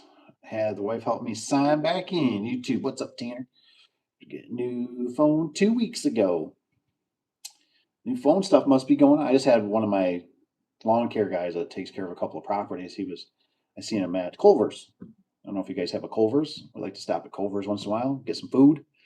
And he was sitting there, and um, I said hi. I said, and all that good stuff. I said, well, we're going to be, probably seeing you around sometime. And he said, he came back over and he told me, he says, well, Dave, he says, can you text me? He says, I don't have, he said, I got locked out of my phone. I couldn't get back in. I had to get a new phone. I said, oh, it happens. Yeah, gas never goes down as fast as it goes up. Oh, isn't that the truth? It's just like with all these, like I was talking to the wife of Tron. I think it was yesterday. I think it was yesterday. We had to go to the old Tractor Supply, and I told her, I said, I feel like this stuff like really helps the big people. And so what we kind of came down to, she's like, yeah, I can kind of see what you're talking about. And we were talking like maybe like the people that deal with raw materials. I said, because I said, I can't see like the door, like helping really so much with like maybe Clopay or Wayne Dalton or whoever, right? I said, but the people like the raw material, the oil guys, the steel guys, like the big Rockefeller people type stuff. You know what I mean? Because for us, it's just kind of a pass down, right? We're gonna pay 5 or 8% or 10% more for garage doors, and what are we gonna do? We're gonna pass some of that on to our customers, or some of it we're gonna eat, and that's just where we're at. But our money still goes, like you know what I mean? Like it just like inflation, man, it's going crazy. It's just getting to be too much, in my opinion. I was watching something. Where was it? Like in Virginia? Was it Virginia? I can't remember. And their electric bill or something was just super high, man. I mean, it was just ridiculous, more than like their house payment. I'm like, dang. Ow, something biting me or something. Shoot. Oh, I was buying at 470 doors, roof, metals. Oh man, 10 for Yeah, it adds up, man. It adds up.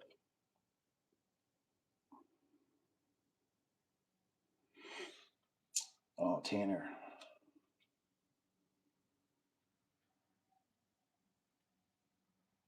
Oh, it doesn't show me. Huh.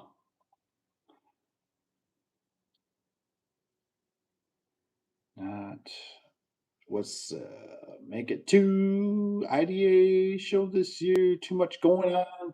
Yeah, new baby, new building, but it's every other year now. And in 20, it's in Kentucky. Wow. Heck yeah, Kentucky, it'd be sweet. That's pretty sweet. I didn't know it was going to be in Kentucky. I figured they're just going to always keep it in like I think they did Indiana at one time, and then they go back to like, ooh, trust me, I get it. I get it. It's a lot. That's why we're gonna be there Thursday for the one day because we just, with the kids, they got the sports stuff going on and mom has to be back. And then so logistics wise, it just works. And actually, after thinking about it, it kind of works out better because they got their little party going on at nighttime. And then I think Friday they don't. Friday they got to be out there at 5. So Friday would probably be like kind of like we're ready to get out of here. You know what I mean? Is my guess. So Thursday might be the sweet spot. So it might be all good.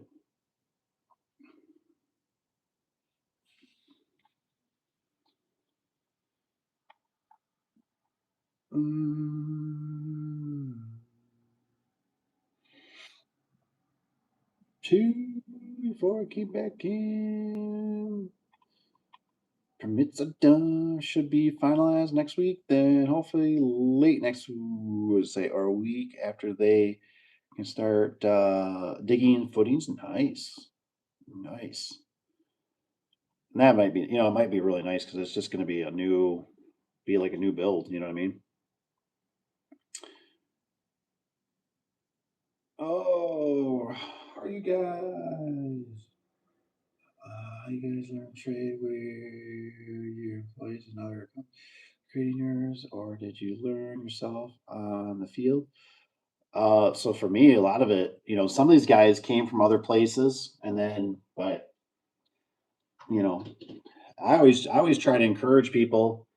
Um, I think now, honestly, with the old YouTube University, and depending on your demographics and where you are from, the state and stuff, regulations, you just go out there, man. Just go out there swinging. If you got a good personality, you're willing to learn, you're willing to be honest and just do what you got to do to make it right, and just start with some residential and just go, baby. You know what I mean? Just do some residential stuff, start learning.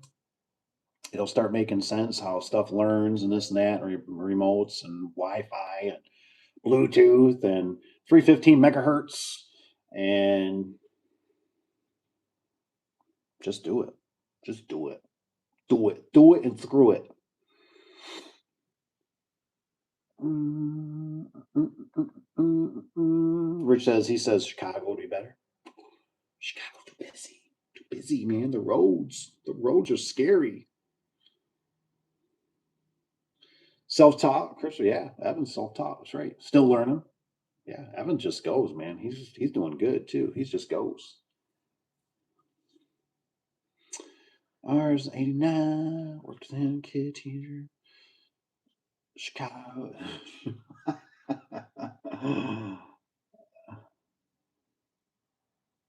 Way to go.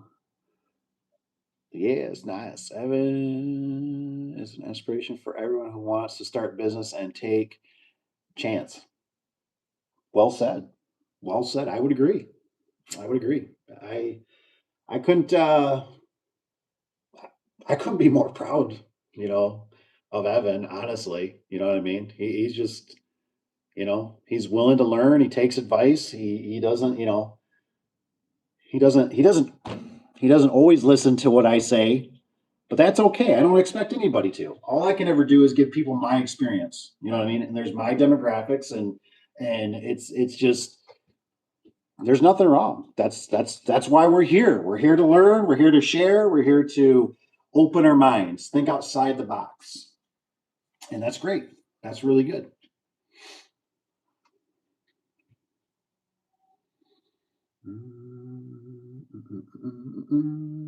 Blackberry, what's up, Blackberry? He's gave me some good stuff before. Rubber seal. My third door is 2 inch short from side open, leaving a gap. Huh, brand new construction. One serial poor craftsmanship issue. Yeah, sometimes they put screws in them. That'll keep them from shrinking. I think they shrink. The rubber shrinks. the business and trade exam first. I don't know. I don't know about that. Being from, yeah. Oh, paused out for a second. I don't know if this thing will reach. Will you reach? Maybe we'll switch it up. Wrong side. Sorry. Stand by. Stand by. Can you sit here? You guys can sit here. Maybe we should go here.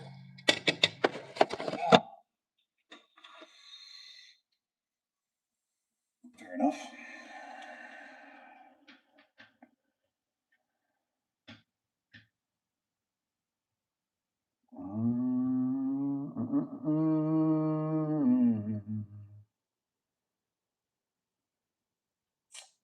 Orlando.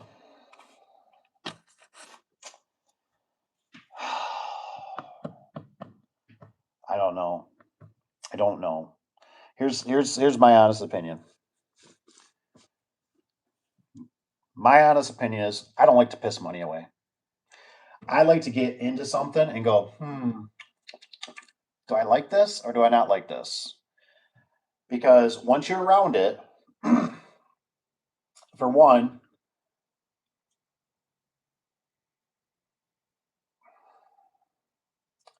it was kind of like me thinking about the IDA stuff, right? They got all this training and stuff, right?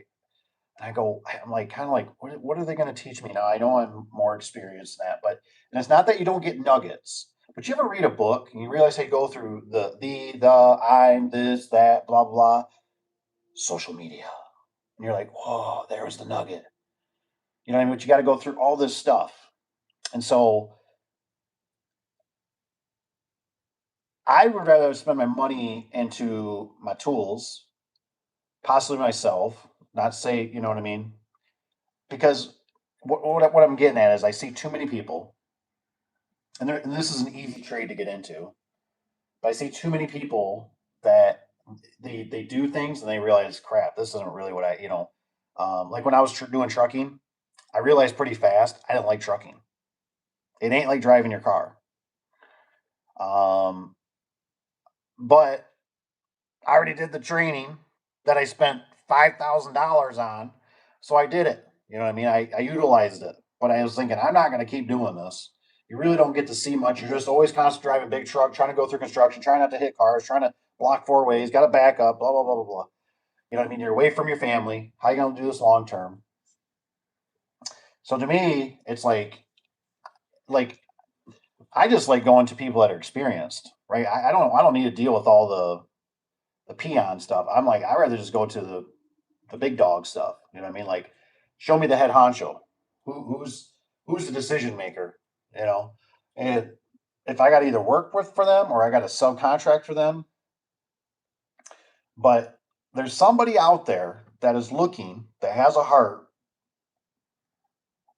that is almost willing to donate to your cause, like what I'm trying to explain here. Like even with the neighbor, that nobody for years has come through this door and said, "Hey, you know what I mean?"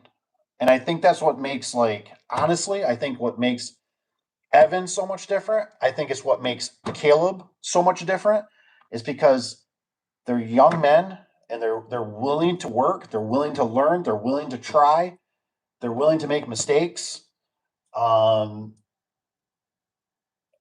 and just not being afraid. You know what I mean? Just it's. I used to do the same thing. It was, it was like, well, I got to have the shirt. Well, I got to have the truck, and I got to have the right business card. That's not it. It's just out. Just go make the deal. Make the damn deal. You know what I mean? Like if you got to go through the black market, even you got to go through Facebook or something. Play stupid. That's what the rich do. Just play stupid. Go do it. Go somewhere that you know is a good. If you feel comfortable with the situation, or go work under somebody. Um, I'm going off here. I'm getting riled up. I just, like I said, I think we have too many regulations, and doesn't mean, and we have too many regulations now, and we have way better tools than we ever did back in the day to regulate people. Like you're getting a social credit score, right, on Facebook. What's it do when you start interacting? You can review this person, and you can like Facebook's even getting more now, where it's like you read it, it'll say this person normally responds within an hour. This person has this many people, friends, and this person's uh, sold this many items, and it gives you like a whole list. That's that's what we're going to. That's what the AIs. That's why I want all these AIs. They're gonna make you're gonna have a social credit score. We're like I just seen one posted for now it's doing it for customers. That's gonna be coming. That'll be good for us, right? We'll be able to look up a customer and we can put something on the customer. This customer is a cheap wad. This customer never paid their last bill. I don't want to deal with this person. You know, their social credit score sucks. You know what I mean? They're a flake. Um,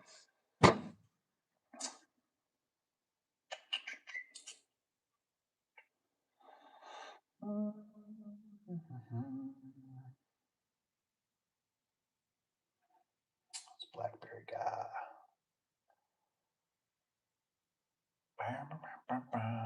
Guys, what has Orlando? Where they didn't put screws. Oh yeah, and it shrunk. hmm Get nicer weather wise. Yeah, the nicer weather helps a little bit.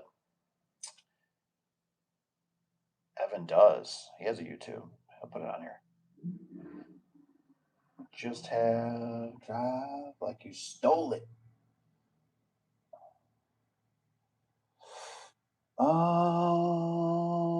More than likely not. Attention to detail on installer or manufacturer. Mm. You just show off what I work on. Nice. Take a look. Mr. What it says? Cut at angle. Oh, big shade happened. It's in short. Oh man. Oh, gotcha. So it's probably like new. Gotcha. Call them back. Tell them come fix their crap. That's what they do with me.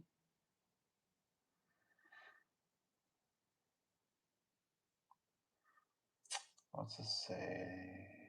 I like the darn. Man, oh, it's a salesman and sales manager. 13 and a person. Ain't a tech like you all folks. It's really not hard. It just it's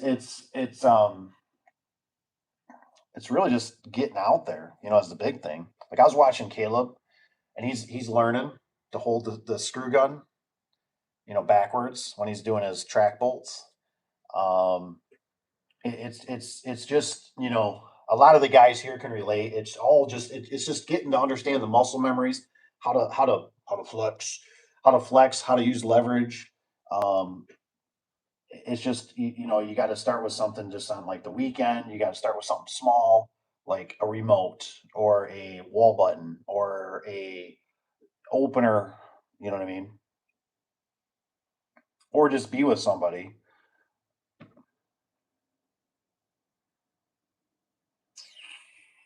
To find new strips that fit the door channel. Universal, man, they're tough. There's a couple different ones for the T channels. Depends on what kind of doors. That'd probably help. What manufacturer?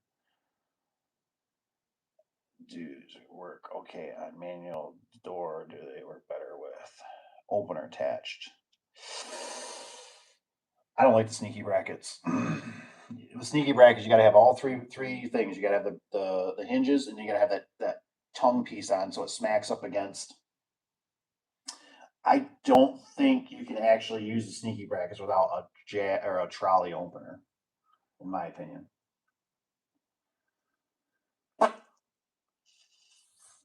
Chicago is all you can do all that in small town in Iowa. Christopher, then you have knowledge enough to cross over. Do you like standing on top of ladders? Ooh, this is a good questions right here. Yeah, you like sketchy stuff? Maybe be for you. That's right. Yeah, you got to think about that. I never thought, you know, ladders, that's always a big hurdle. well, as the only experience work site says, blaming top by my top managers for doing stuff was not supposed to do. Gotcha, gotcha. Yeah, it's not. It's really just you just gotta biggest thing is just get out there. Like I said, I mean, like Evan. I mean, whatever. When you start out with Evan, did you start out with a Blazer? Did you start out with a Blazer? I can't remember. I thought he had a vehicle before that. Start out with Blazer. Just doing small stuff, man. Just slowly, just boom, boom, boom, boom, boom, boom. Just getting there.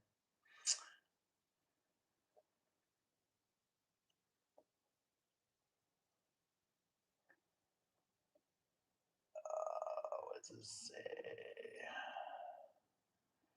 Process. You should see. Tanner says you should see voltage wire. Oh, termination short. Oh man, shorted to ground. Yeah, man, that's not good. Low. Strings are close to it, but they would be in activity themselves. Oh, for a big group, their own business. I don't think you're close to that one. Because I'm trying to think. I had a guy. Dang.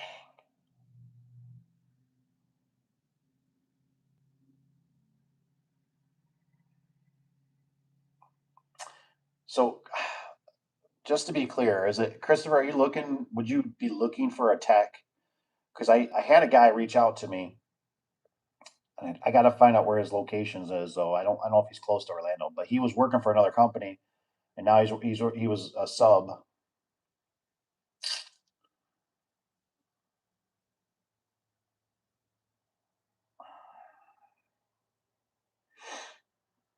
Let's Black Hat Blue 3-phase opener this week. Ooh, she says wired it up, saying I'd have plugged it. Oh man, found out they had 230 volt. Oh man, I've done that. I've done that once. Done that once. I zapped her good. It smoked a lot. Ooh, for makes you feel better, change commercial rubber with doors up and took. I could put it back. Vice grips, scales added, and added 30 minutes. Oh man. The Kia. The Kia. Started out with the Kia. He's close, man. I don't think nobody, I haven't found anybody beat Josh, though. He had the Spark. He had the smallest one, the Chevy Spark. I ain't gonna lie, man. He's all standing there. He was all standing there like Ty Lopez. No? Or is it Ty? Is it Ty Lopez? Yeah, it's Ty Lopez, right? He had it's like he had the Ferrari back there. He's all showing me the job he's at. I'm like, now I kept thinking, I'm looking at it going, damn, dude. I'm like, how'd you do this? Like, that was like a 6 or 12 door job. He's got commercial doors in the back. He's like, hey, Dave. He's like, I'm just working at this commercial job site. I got all these doors stacked and stuff, but I got a range issue with the LiftMaster. Like, what do I do? And I'm just like looking. I'm like, I see a scissor lift over there, and I see a little ass car. I'm like, where's the truck? Where's the? He's like, no. I just, I got everything delivered. I'm like, this cat is smart. he's, he's got a full. If he still has a Ford Transit, a big one. I gotta go work with Josh again. He's a cool cat. Josh, get me a job. Get me a job. I don't know if Josh still watches the channel now. He's grown up. He's a big boy now. He ain't got time.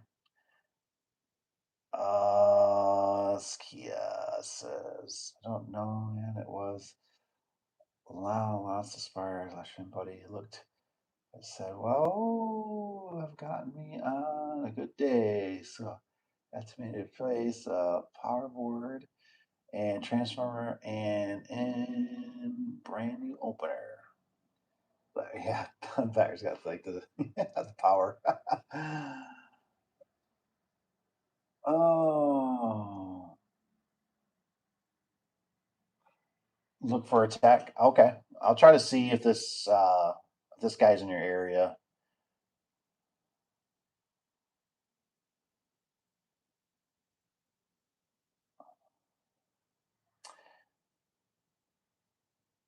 About Bryce's son. Oh my gosh, three phase. Yeah, one. Oh man. At least nothing. At least you didn't get hurt. You know what I mean? That's the big thing.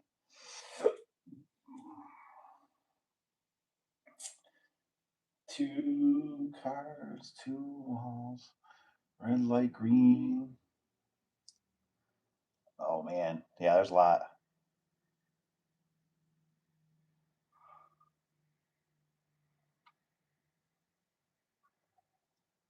What's that? What's the rich guy? He says you smell the ozone. What's that?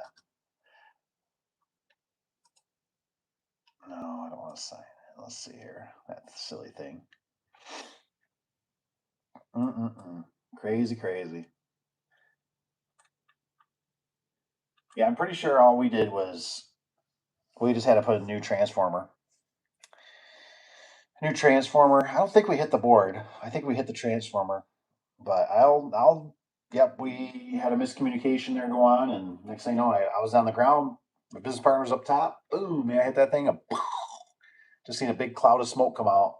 He's all up there. He's like, shut it off, shut it off, shut it off. And then the worst part was like, now we did all that work, and you're like, gotta take that damn thing back down. It's like, oh man. Oh, okay, yeah. After the flash, yeah, heck yeah.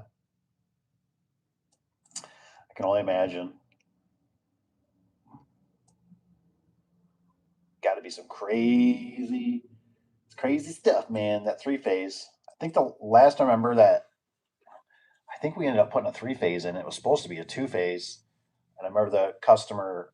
Luckily, there was three phase on the other side of the wall. The electricians are wiring it up, and they're like kind of like giving us crap, like, man, you guys got lucky. And it's like, what, And he's like, so you put a three phase up, He's like, we only got two phase over here. I was like, I didn't even know we ordered a three phase. I was like, I don't even know how that even got ordered. And he's like, well, you're lucky. The panels are in the other side. We're just got to drill a hole and we're going to run, it'll be three phase. And I'm just like, man, like we dodged a bullet on that one. Luckily they were wiring it up too. So we got lucky, but I heard through the builder or something, electrician, heard a little something, something, if you know what I mean.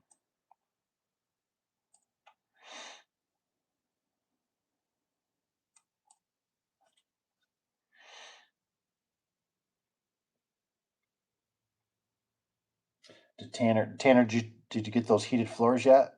Put in the approval? I still be thinking about those heated floors. I know you got radiant heat. My heater, our little torpedo heater took a doo doo.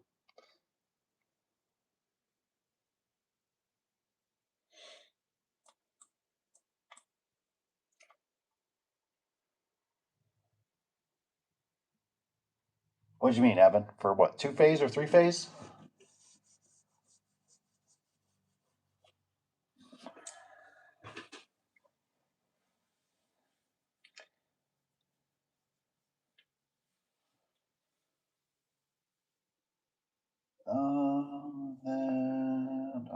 Yep, four said was a little higher, but yep, it was. Oh man, yeah, yeah. I forget how ours was on a roll up door, and I forget how we screwed that up. I think it was like we took the maybe we ordered one and then we relied on them, and they said it was a 240 or whatever 230.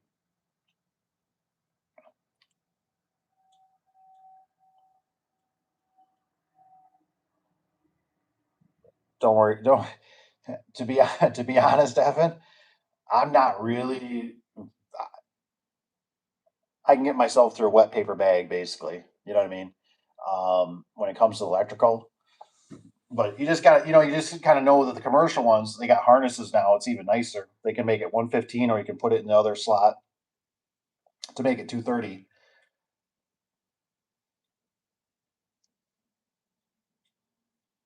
I don't know what that's exactly, if it's called single phase or it's a two phase, but three phase is like your 480, man. That's some big dog stuff. That's the stuff that they'd always tell me to knock you on your ass. You know what I mean? And shock you, pretty damn good. 230 tingles pretty good too, but normally don't cross them the same. So it's 115, but you can. But you'll get there. You'll get there. It'll be a matter of time. You'll get somebody. That's how it started with me. Start getting somebody that has a two-door commercial place, and you get somebody that has possibly a little commercial building of some sort, and then you start trying to, oh, I can do that. I can take a look at it for you. I love it. Have a good night, crotch rats. Thanks, Blackberry. Thanks for the information. You have a good night. We always appreciate you stopping by.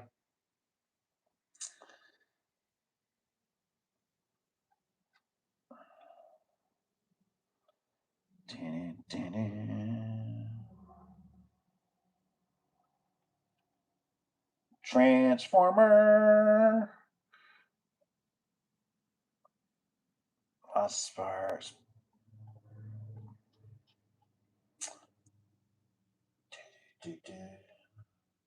Single phase 115, 230. Three phase 230, 460.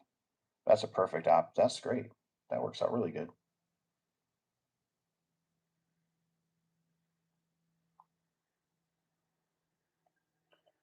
What's Dominic got? He says, "What is that? Is that Claudie? Helps out a lot."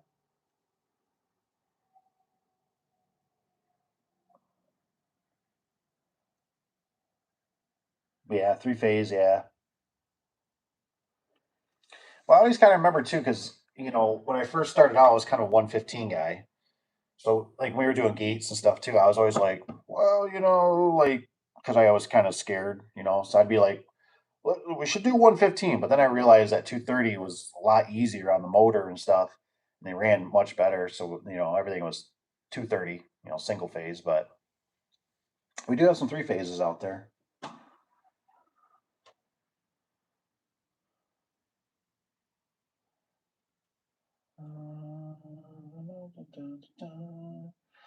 You should. You should if they're close by. I feel like with gates, for some reason, like gates, you have to be closer than even garage doors. I feel like garage doors are more forgiving than gates. That's just my weird opinion.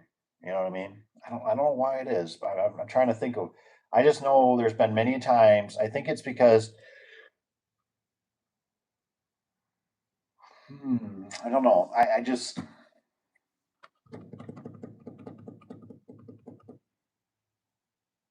I don't know. I guess it's because these gate operators. I mean, I guess some of these ones have circuit board issues too, but I don't know. I think it's maybe because you got to shovel them out. They got edges on them. I think I don't, maybe it's because people know how to operate garage doors more or less than they do gates, right? Like they seem like they struggle, especially if you don't have a good gate operator, where it's like you can explain to them, hey, open up the cabinet, pull the disconnect. Now you can slide the gate. Um, like garage doors, like everybody kind of knows like the red cord. Not everybody, but most people know the red cord, and that brings the door down. But gates, I don't know. And then it's like, there's nothing worse on a Friday when you're getting ready to go camping or hang out with the wife or hang out with the kids, and it's like the gate won't shut, and you're just like, fudge. You're like, I don't have no key. Open it up, and you're like, I guess just I'll come out there. Mm, door service at or a FedEx building. Don't get me started on my FedEx building. That was a nightmare job. I'm still. I need a paper bag.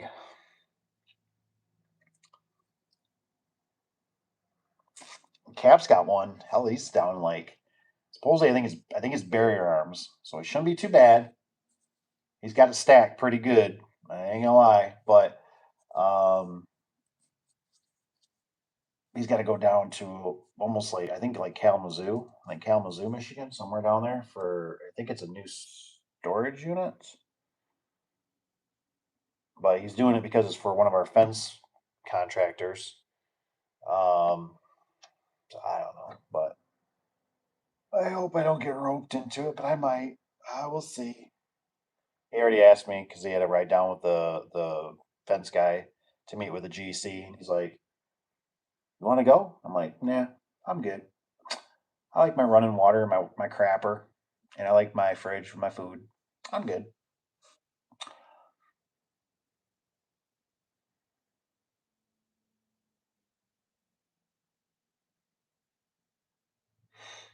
Mm.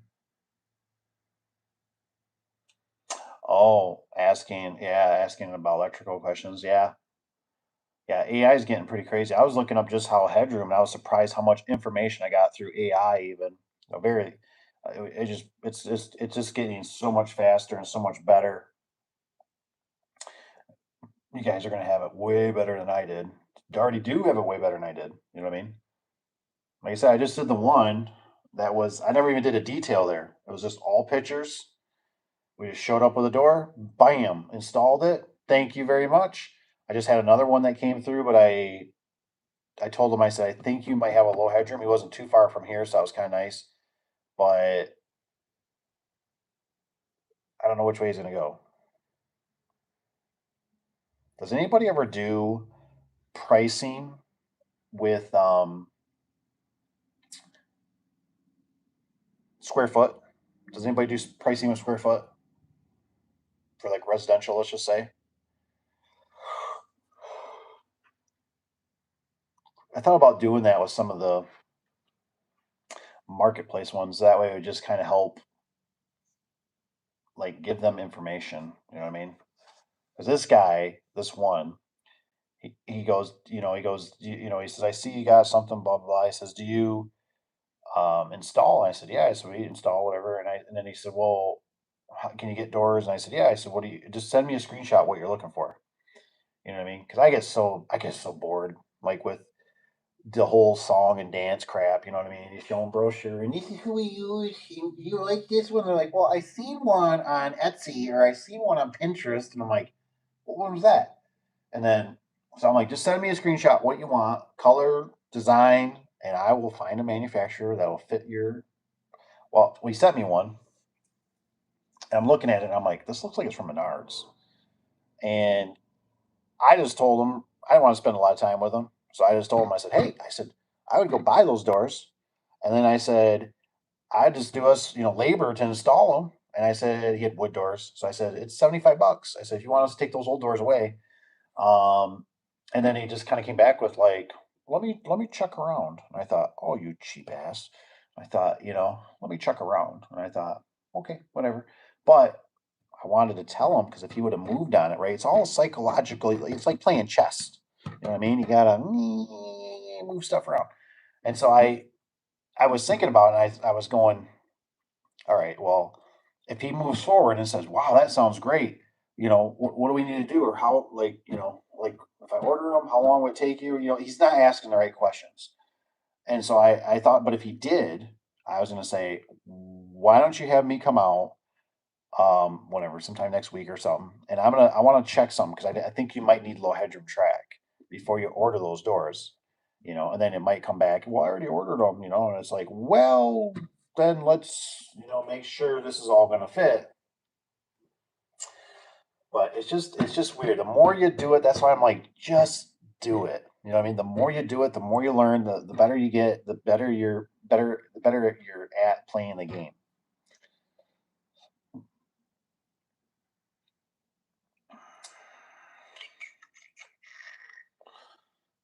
Mm, yeah, it might come down. You could do the gates, Rusty. It's not that bad. It's really not that bad. You just gotta just like it's just the hose and water thing. That's all it is. And what kind of safeties or what kind of gate, you know. The problem is what I always try to remember is that if they're the cheap ones, like the GTOs or even the LiftMaster or even the Linear, they're the cheap little screw arm ones. Those things are not built to last. Those things are big lighters And pretty much 9 times out of 10, when they fail, just if they're, I don't know what quite the curriculum is, probably I would say 5 or 6 years old, throw them away, just install new and be done with it. Then you got tech support. You're back with all fresh things because the thing is, like, they get water intrusion. They get ants are a big one. Ants like to make little nests in those circuit boards and stuff like that, and they'll short things out. I did not know that three phase is a cheaper electric bill. I remember my dad when he worked for a company, they would run their machinery or whatever it was, their hot machinery or presses or whatever it was. They'd run them at nighttime because electric was cheaper at nighttime. So they run those big ones that they had to use a lot of electricity to heat up or whatever. They run them at night instead of because I'm assuming does everybody here? Does everybody's electric bill got that whatever it is like what is it like 11 to 7 or something like that where they charge you more for electric? Oh,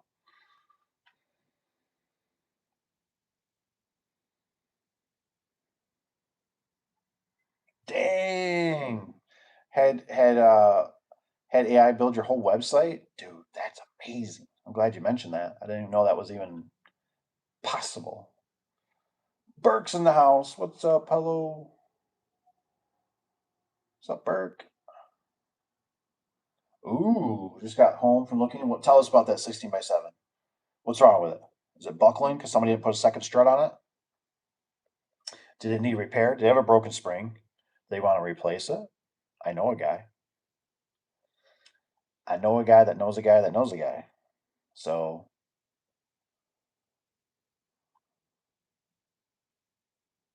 yes, Rich, right. Peak hours and non peak hours.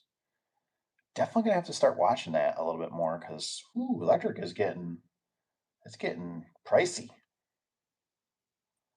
I still keep trying to look for the somebody that's like where you can kind of start out. Like it's weird. Like I always tell myself, I'm like, if I ever build a house, like I'm gonna make like certain zones so I could like make my garage. I don't really use much electricity in the garage except for maybe like an air compressor. So that if you had your own outlets, so that you were like, this is designated like city power or whatever you want to call it. And then like these would be like a battery pack, you know what I mean? Like a trickle charge, like a battery. Like if you had to charge a battery, a DeWalt battery or a Milwaukee battery, you could do it off your stored energy. There's got to be a better way. I just cannot believe we live in this day and age when we had all these revolutions, right? We came out with a car, we had Henry Ford, we had whatever we had. There's just the first ones I think of. All these guys that built all this stuff, and then here we are, just lumps on a log, living off the grid. We got the water, we got the sewer, we got the garbage service. I'm pretty sure my grandparents really didn't have much garbage service. I think it was pretty common for them. I've heard stories, not I never got to ask them directly, but I remember when I bought the one house for my grandparents, it had garbage in the back. I was digging up glass. And they were digging like they dig holes or whatever and they burn stuff in it and then when it all burned down, they just bury it. That was pretty common. You know what I mean? Like you didn't have garbage service.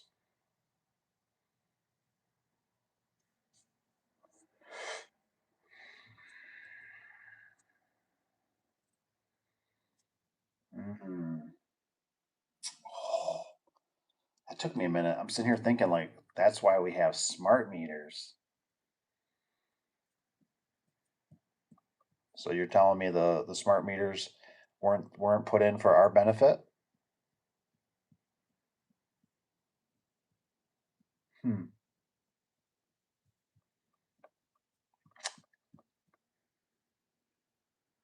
Yep.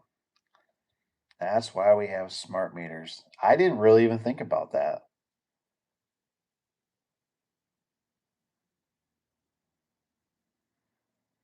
I want to cut my like I want to shut the water off here and like run like a pump or something. And I want to see what the water bill is going to be. I want to see it for like 2 or 3 months. That at least it stays the same. You know what I mean? It's like you know what I mean? Like I want the city or whoever. I want them to like come and be like what's going on? Like your meter must be broke.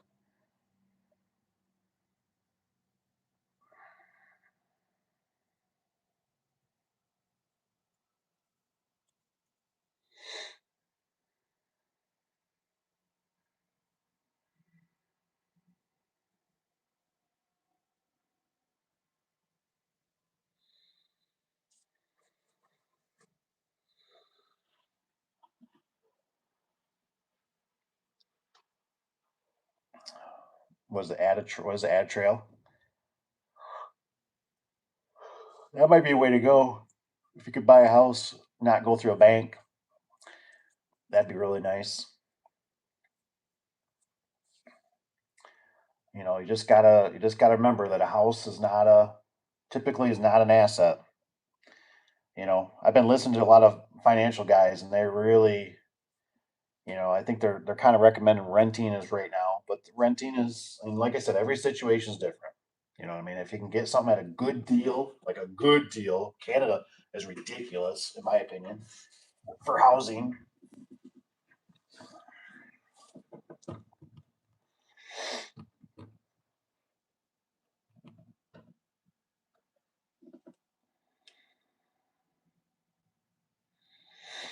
Mm, okay, WD replacing opener 3610, Chamberlain. Springs broke down, came down, folded. Oh, top panel. Dang. Beginning, closing, motor faulty. Is that a 3/4? It's a 3/4 genie. Balanced and everything was tight. I don't know. I don't know on the hum part.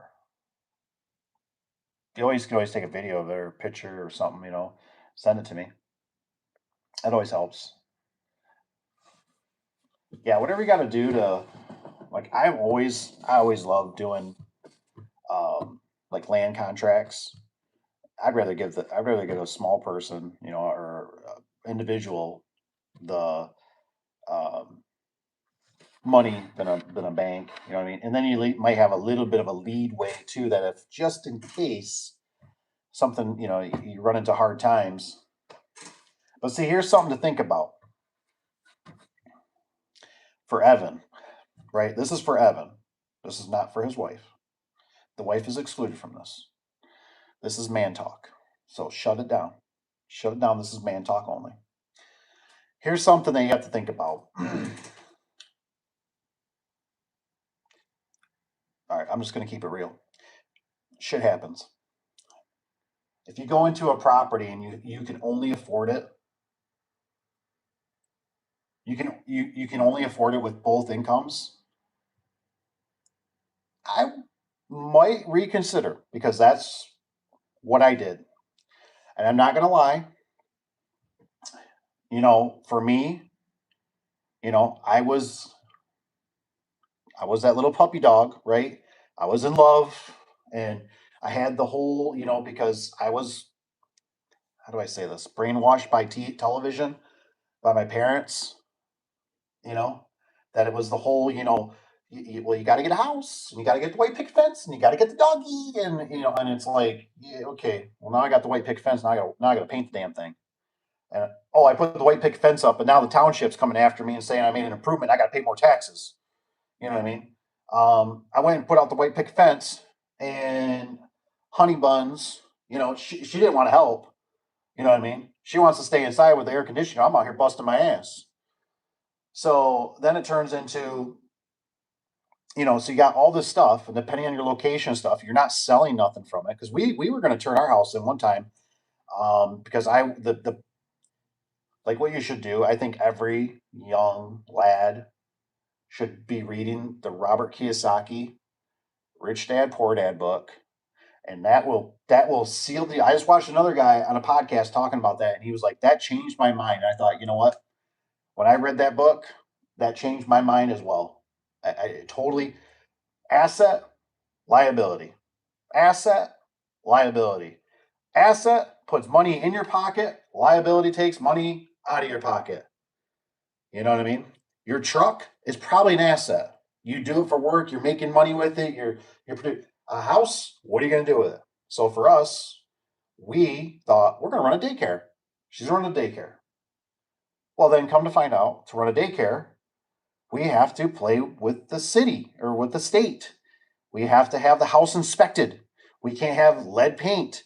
We have to have a furnace that's up to code, which at the time we were going to have to get a new furnace and spend whatever it was, $4,000 or $8,000.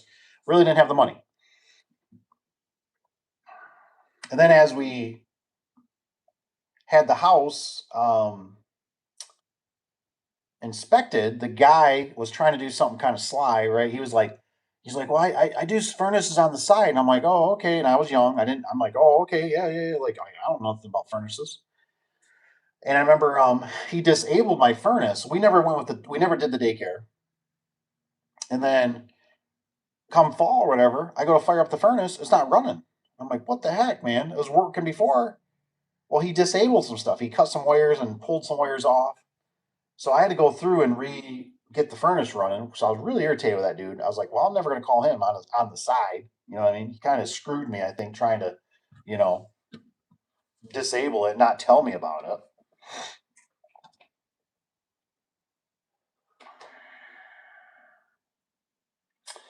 WD.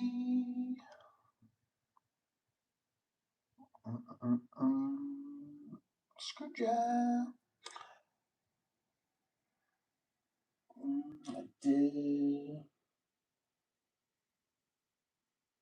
Was it the is on the list of business expense? I don't know what's that mean. Listen to what the realtor says. You can't afford it. It's always double what you should be looking for.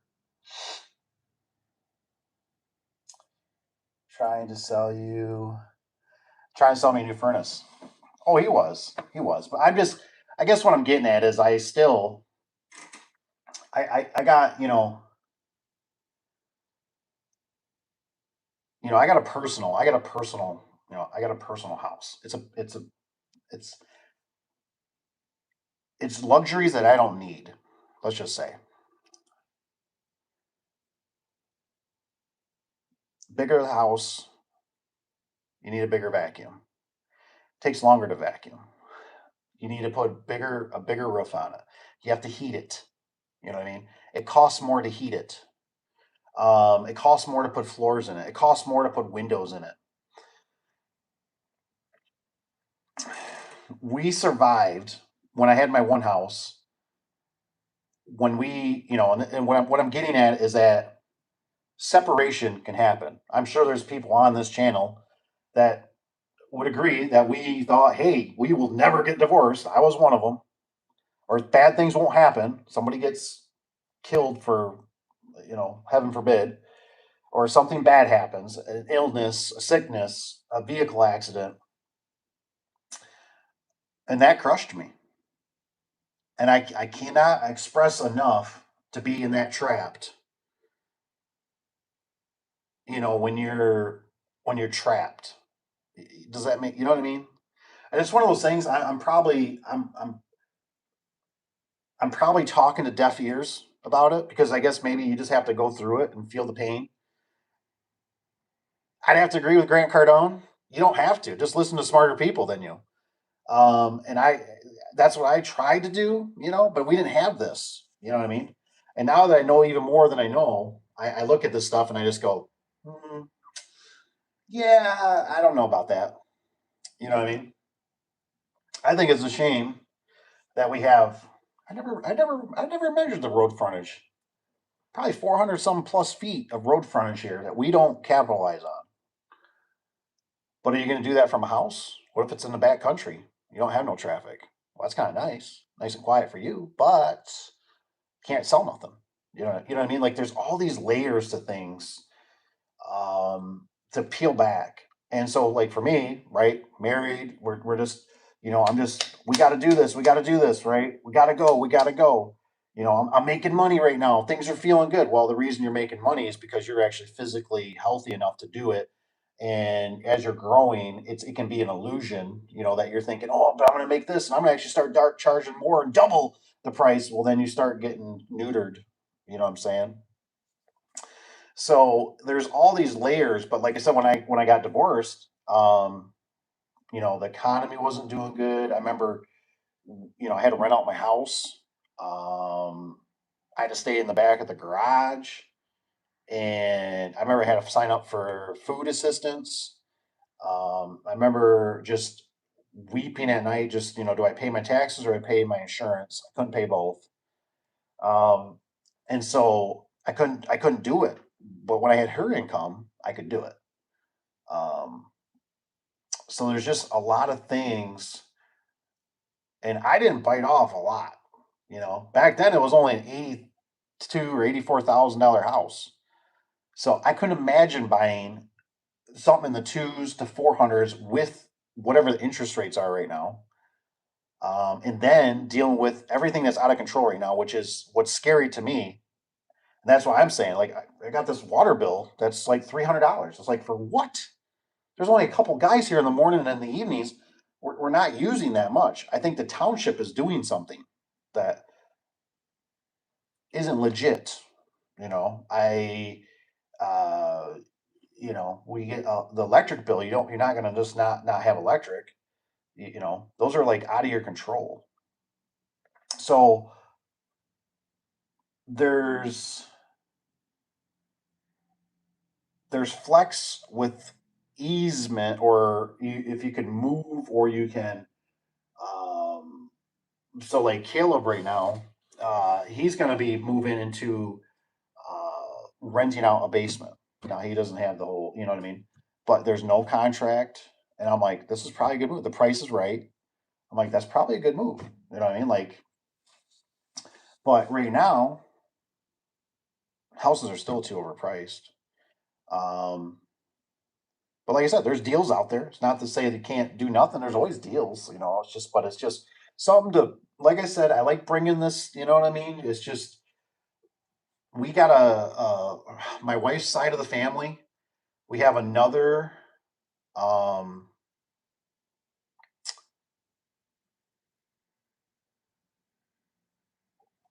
I believe we have another Marine coming out of the service. I think he's been in there for either 8 or 10 years now. And I see these kids, and I'm like nobody's buying houses. Like it's just too expensive. Like it's just, and everything's getting pushed, right? I'm watching a lot of them push off the marriages later. It's happening. I mean, they're saying right now it's like what when you're in your 40s. It's some of these first time home buyers.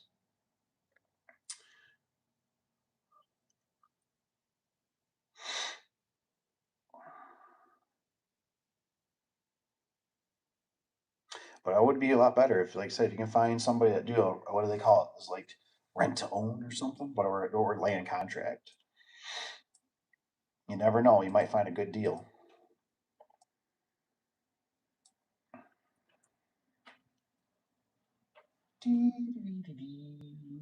What's this said? Doors, something. Screw you.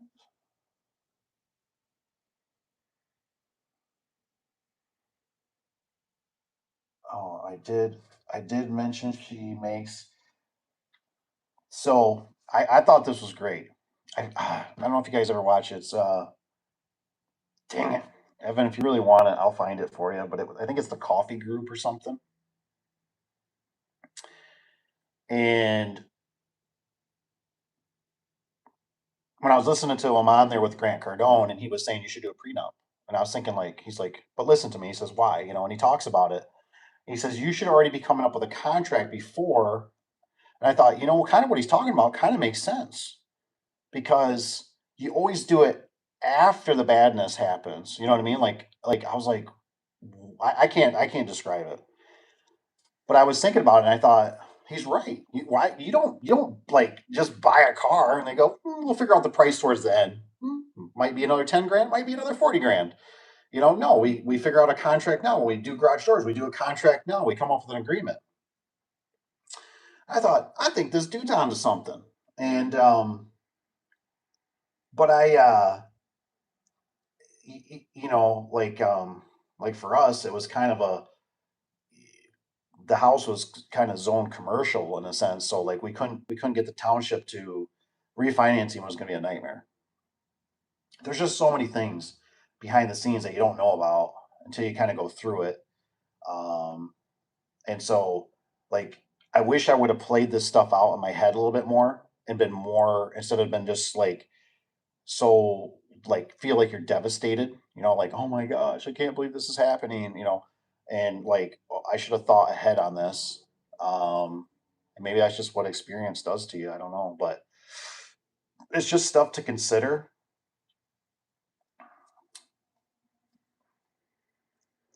Like, who's keeping the dog? don't, I don't know.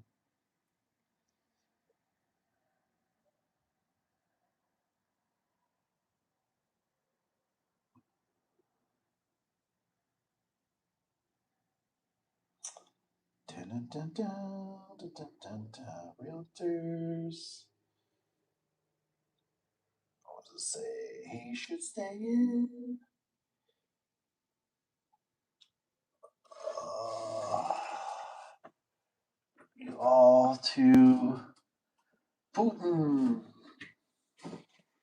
Well, so it sounds like he's got a bad knee. So it's gonna be, it's gonna be like an honorable discharge or whatever. But it's been bummed up for too long, and they're not gonna let him. And it's sad because he's moved up quite a bit in the ranks, and but it is what it is. I know he'd like to stay in. He wants to stay in.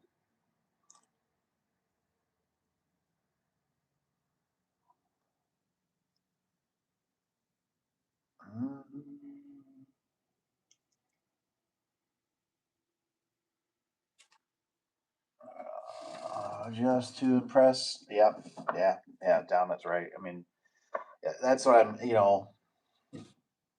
uh, was not smart debt. It's not fun, especially when you don't make enough. No, that's what I mean. That's why I'm always like, you got to kind of watch it in this industry. Um, because I've done it where it's like you're just so busy and it's like you're watching all this money, right? And you're like, and it's like all of a sudden you start gobbling up things, right? You start, well, I'm gonna get this, I'm gonna get that trailer, I'm gonna get this enclosed trailer, I'm gonna get this, I'm gonna get another truck because then I got a backup truck, and then and then all of a sudden you realize like, oh my gosh, this stuff is draining me. Now I got to put plates on it. Now I got to insure it. Now I got to maintain it. Now I got to fix the tires. Now I got to fix the mouse that chewed the wires on the taillights. And then, oh, now I got a taillight out. Now I got pulled over by the state trooper. So, it's just, you gotta kind of watch, like, I think about like when we had our first child, and it's always like, I remember the wife trying and her mother, they're like putting the pressure on me, right?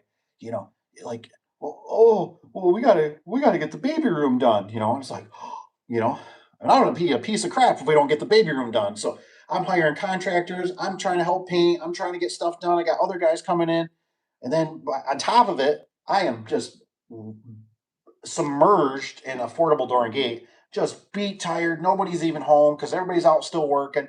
I come home from, it's like the sun's going down on a summer day. It's probably 6, 7 o'clock at night.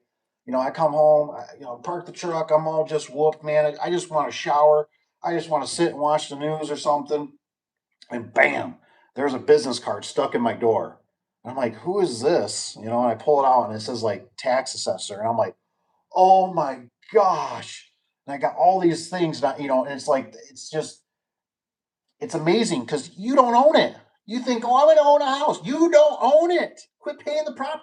All you're doing is all we all are doing is funding this. If you like who runs your country, that's all you're doing. You're funding them. That's all we're doing. That's what I'm doing. You know what I mean? So so now I'm looking at it, I'm like, it says tax assessor. I'm like, oh my gosh, my uncles told me about these, and I got the blinds open. We got this bedroom being remodeled. We just knocked out a wall. Oh my gosh, this is a horrible timing. I'm dealing with affordable door gate. I got 15 quotes I got to get done tomorrow. The truck's got to be ready. Got to fill up the tires. Got to change the oil. And so now I can't even sleep that night because I'm thinking now it says, because on the back card, of course, now it's handwritten. Call me, right? Just call me. Like, I am going to make your life literally living hell. Call me. Like, I see what you're doing. Call me. So I'm laying there, trying to sleep tonight. Oh man, I gotta call this guy now. Great, my taxes are going up. All this other crap. I don't understand why taxes go up. I'm making improvements. Blah blah blah. Next day comes, slammed with work. Got to get the guys out the door. blah blah blah blah. I end up calling the guy, and luckily everything. But he was asking. The property had 2 bathrooms, and he's like, but he's asking these questions. Property only still have 1 bathroom? Yep. Well, I see that garage used to be a rec room or something. There used to be a bar, is what it was. It was like a living quarter bar or whatever. Well, it looks like it's a garage again. Yep. I'm thinking to myself, a garage is probably cheaper than a rec room. It ain't living. You can't sleep in there, you know. And he goes, well, that's good. That actually lowers your tax a little bit. He didn't say nothing about the remodel. So happy. I mean, it was mostly done. It was kind of drywall and stuff, but you could tell it had new windows, new trim around the windows. Oh man, you know what I mean? Like, and it's like, what the hell is this dude coming on my property? You know what I mean? Like, don't come on my property.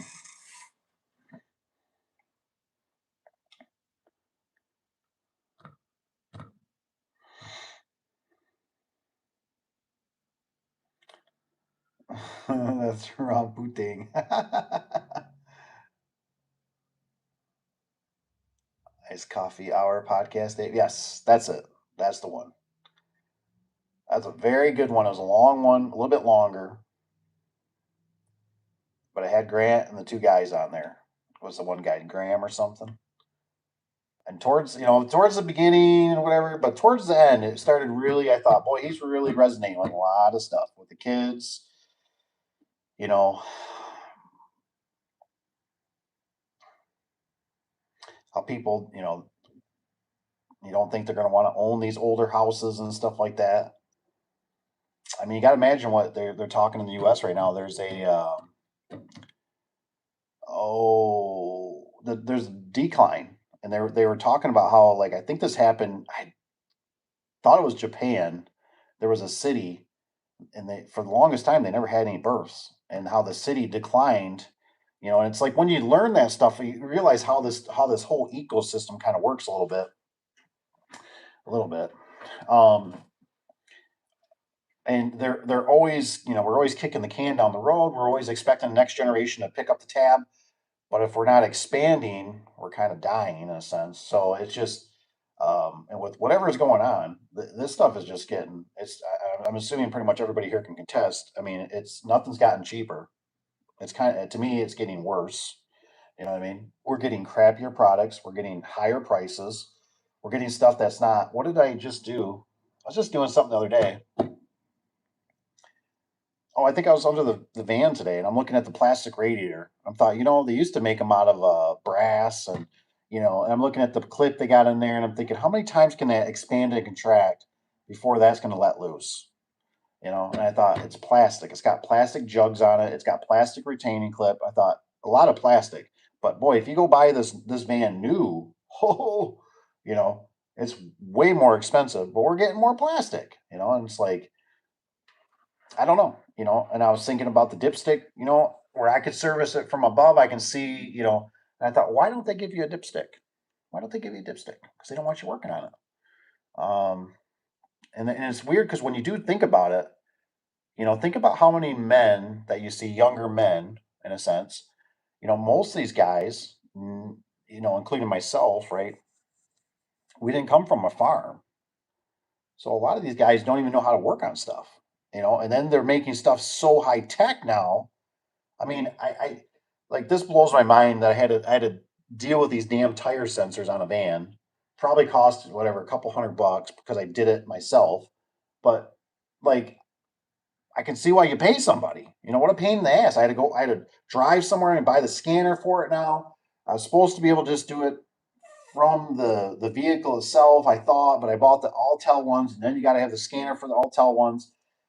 It was like an all day project just to get damn tire sensors to work.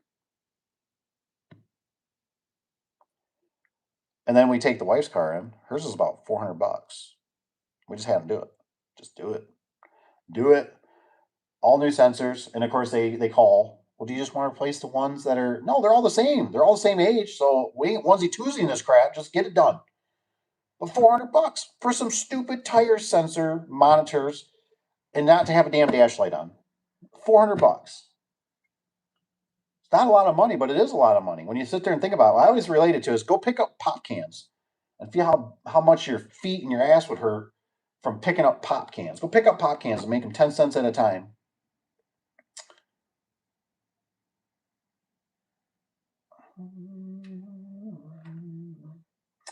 We're talking about ice company. My Honda I have right now. Asked what the price was. They didn't care. Electric job. A month later. Oh man. That's what I'm saying, man. It never fails. It's like it always goes back to like it never failed. Like I always my vehicles always broke down, right? If I had a vehicle, it always broke down with a full tank of gas. I was like, if I would have put that full tank of gas in it, it wouldn't broke. And of course, if it's a fuel pump, it always breaks with a full tank of gas. Always. Yeah, drop the tank or whatever, a full tank of gas. Never fails. So that's why if you can just that's what I've been trying to teach Caleb, is I'm like, because he's real hyped up with it's like, well, I gotta find a girl, and it's like, just chill, dude. I said, they're like a fine bottle of wine. I said, they're going through different guys right now. They're experiencing things. I said, when you come out right now, I said, you guys have no clue what you want to do. You're like a bunch of chickens just running around. You don't know what to do. You don't know how you're going to eat. You don't know how you're going to work out. You don't know how, what you really even like. You don't know what it's like to be together. Um, you know, you don't have the experience. You don't have the time. Um, and that was my saving grace. Is I always gave a lot of time, because I think I was with my ex for about 3 years, and it took about 3 years. You know what I mean? And then I finally, she was starting to push the old kidderooskies, and I didn't feel real good about it. And I went to talk, and at least those guys weren't the best ones to talk to, but finally some guys at work were telling me, they're like, oh man, they're like, if you're not 110% sure, don't do it. And I'm like, yeah, I'm like 80%. Like, no, no, man, you got child support. Some of them they've been to like prison. They weren't really through prison, but I'm just saying they're like telling me like prisoners, man, don't do this, don't do that. And I'm sitting there like, all right, yeah, I get what you're saying. I got you, homie. And I'm like, all right, all right. And then it's like I'm like, hmm. So then I like confronted her about some stuff. I was like, hey, you got like, she was buying a lot of stuff to make herself feel better, and she would just get a credit card like all the time. I'd go out to the mailbox. There's another credit card. Well, we just have to make the minimum payment. No, no, no, no. And every whatever weekend or whatever, she wanted to go to the friends and go to the fires and all that kind of stuff. I don't mind it here and there, but it was like I don't want to do it every weekend. And but I didn't realize these things. I realized that she wasn't a very good home taker. She wasn't good at keeping the house clean or taking care of dishes. And she then she had to work, and then her work turned into, I'm going to college, and then we turned into student loan debts. And then it's, well, we can actually get a little extra money out of the student loans, which could pay for this or pay for that, or might help pay for the car. And then we get her a car. Of course, we bought a GM, and it was a 4-cylinder Sunfire. And of course, it blew the head gasket, and always working on the damn thing. So there's just a lot of things you go through. You know what I mean? So it's like if you can keep it simple and keep the garden, that's how I look at it. I either call it the ship or the garden. I came in here a couple days ago. I came in here a couple days ago and I was hot. I was hot because they've asked me to come and help. I like to do things certain ways. I'm willing to listen, but like I don't like to screw around, man. I know my time on this earth is limited, and so they I felt like I had to humiliate somebody, not very hardly, but I had to make a point. And we had something marked out here. The tech didn't take what was marked, and that caused an issue because they wanted 12-inch radius. They ended up taking 15. They could have actually they if they would have took what was labeled. So I was like, what do I need? What do we need to do here? Like, do we literally need to put a piece of paper up here, up on the counter? And then do we literally need to like tape a string to it and then run it out the door to the door. Like, this is your job today. Follow the string because somebody's not paying attention or whatever, right? Things happen. But I kind of blew up at one of the guys, and I kind of used my dad voice, I guess. That's the way I look at it. And I told him, I said, because there was a couple guys there, and I said they were leaving, and I told them, I said, okay, I said, all right, I said, here's how this works. I said, I'm on board right now. I said, I'm senior captain. I said, I've just stepped on the ship. So now, which I mean the building, the property, I'm in charge. I'm in charge. So we're going to go through the list. I said, so right now you guys are going to go, oh, I said, you're missing a power pack. I said, so let's get you a power pack. I said, is there anything else you guys need? Did you go through the list? And, well, no, I don't think so. Okay. I said, now when you're leaving, I said, if you have any, and I mean any problem, you contact me. I need to know about it right away. And I was trying to express that situation to the other guy to explain, when you're at the helm, you're in charge of everybody.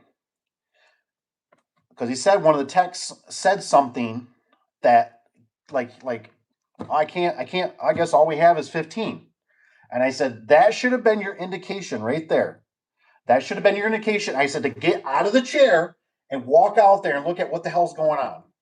I said, because I said, you should be thinking that Dave and Caleb have been here and they've been organizing a lot of stuff. I bet they got it pulled somewhere. So we actually walked out there. It was labeled. I literally had a piece of tape across it with the customer's name, with 12-inch radius, and it didn't get pulled. They pulled something else, just random stock. And I'm like, and I explained,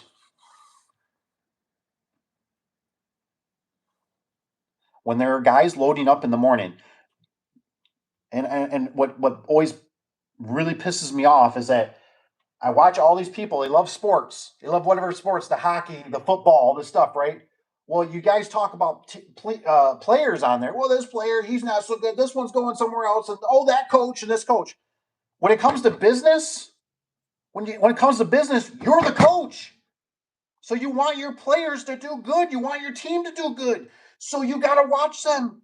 You got to take care of them. You got to nurture them. You got to do the brain with them. You got to make sure they got the right tools, all the right stuff. So if there's one, like, I think there might be a little, like this door opens. Hey, hit the hiney up. What you got? Let's go. What's going on? What's going on? What's the problem? Get up. Get up. So I look at a couple things in life, and my things in life are the garden or the ship. That's how I look at things.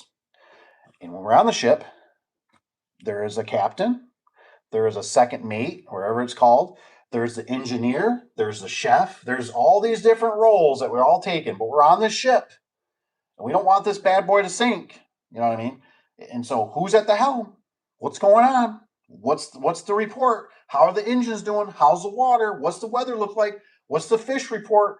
There's all these moving parts. Or there's the garden. We all have to eat from the garden. We all have to make sure it gets sunshine and water. We have to pull the roots, and we have to make sure we keep the rodents out of there. Maybe we got to do a little poof, little spray on it because we got invasive species or something, bugs. We got to pluck them off. I don't know. But you got to take care of these things. There's a lot of stuff behind the scenes. That's what I was trying to explain to one of the guys. I said, I don't got nobody patting me on the back. I said, I don't get no, like, that a boy or good job. You know what I mean? What you have to do is, because we're men, we are the leaders. We are the leaders. We are the creators. We are we control the families and stuff. You know what I mean? Like, we go out and make the kill, and we drag it back and hope whoever we have as a team will process it, will put it into the freezer, We'll take good care of our harvest. We'll cook it properly, but that's a lot of responsibility. And it just gets worse. I'd say it gets better, but it gets like worse, but then you realize like you get thicker skin if you ever get thicker skin and you don't let the drugs and the alcohol and depression and living under a bridge, you know, take hold of you and control you. Um, but it takes time and you can learn it. You can prepare, try to prepare. Best thing's prepare.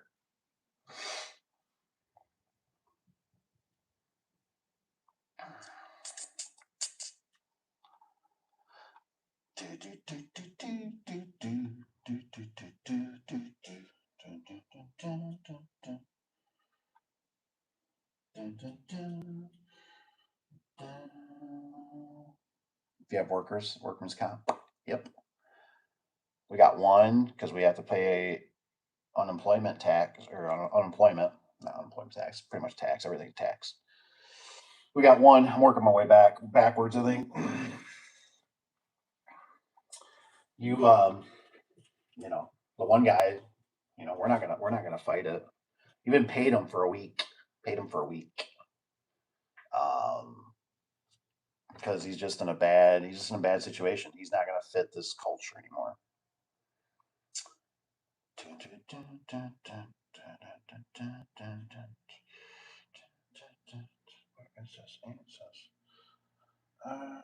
Tech sales and mechanics. Keep small, keep it all. Dave says, "Yes, you can keep it all, keep it small." But it gets to be a lot. It gets to be a lot, man. It's a lot, and that's why I like trying to help out the younger guys, um, because they haven't gone through it. You know what I mean? And it's not that it's a bad like I said, it's always one of those things. Like let's say Rusty, right? He found a vehicle for $10,000 cheaper somewhere else. It made financial sense. It made worth the drive. It made somebody's going in that direction. It just makes sense. You know what I mean? And so if there's a deal out there, which there's deals everywhere, there's people dying every day, absolutely. But to be beholden to this because it's just like it's on a smaller scale, but you always have to. It's just like having a vehicle. Having a vehicle now, you have a payment. Now you're held or accountable. You got to pay for this thing, or it's going to get repossessed. You got to maintain this thing. You got to keep it from getting in an accident. You got to keep it from rusting. You got to keep it. There's all these different things. That's a lot. It's a lot to keep stuff moving. Um, and then when you bring more mouths on, they have to be fed. It's a lot of work. You know what I mean? It's a lot of work, a lot of responsibility, and then there's, you know, it's a balance. It's a big balance. Oh.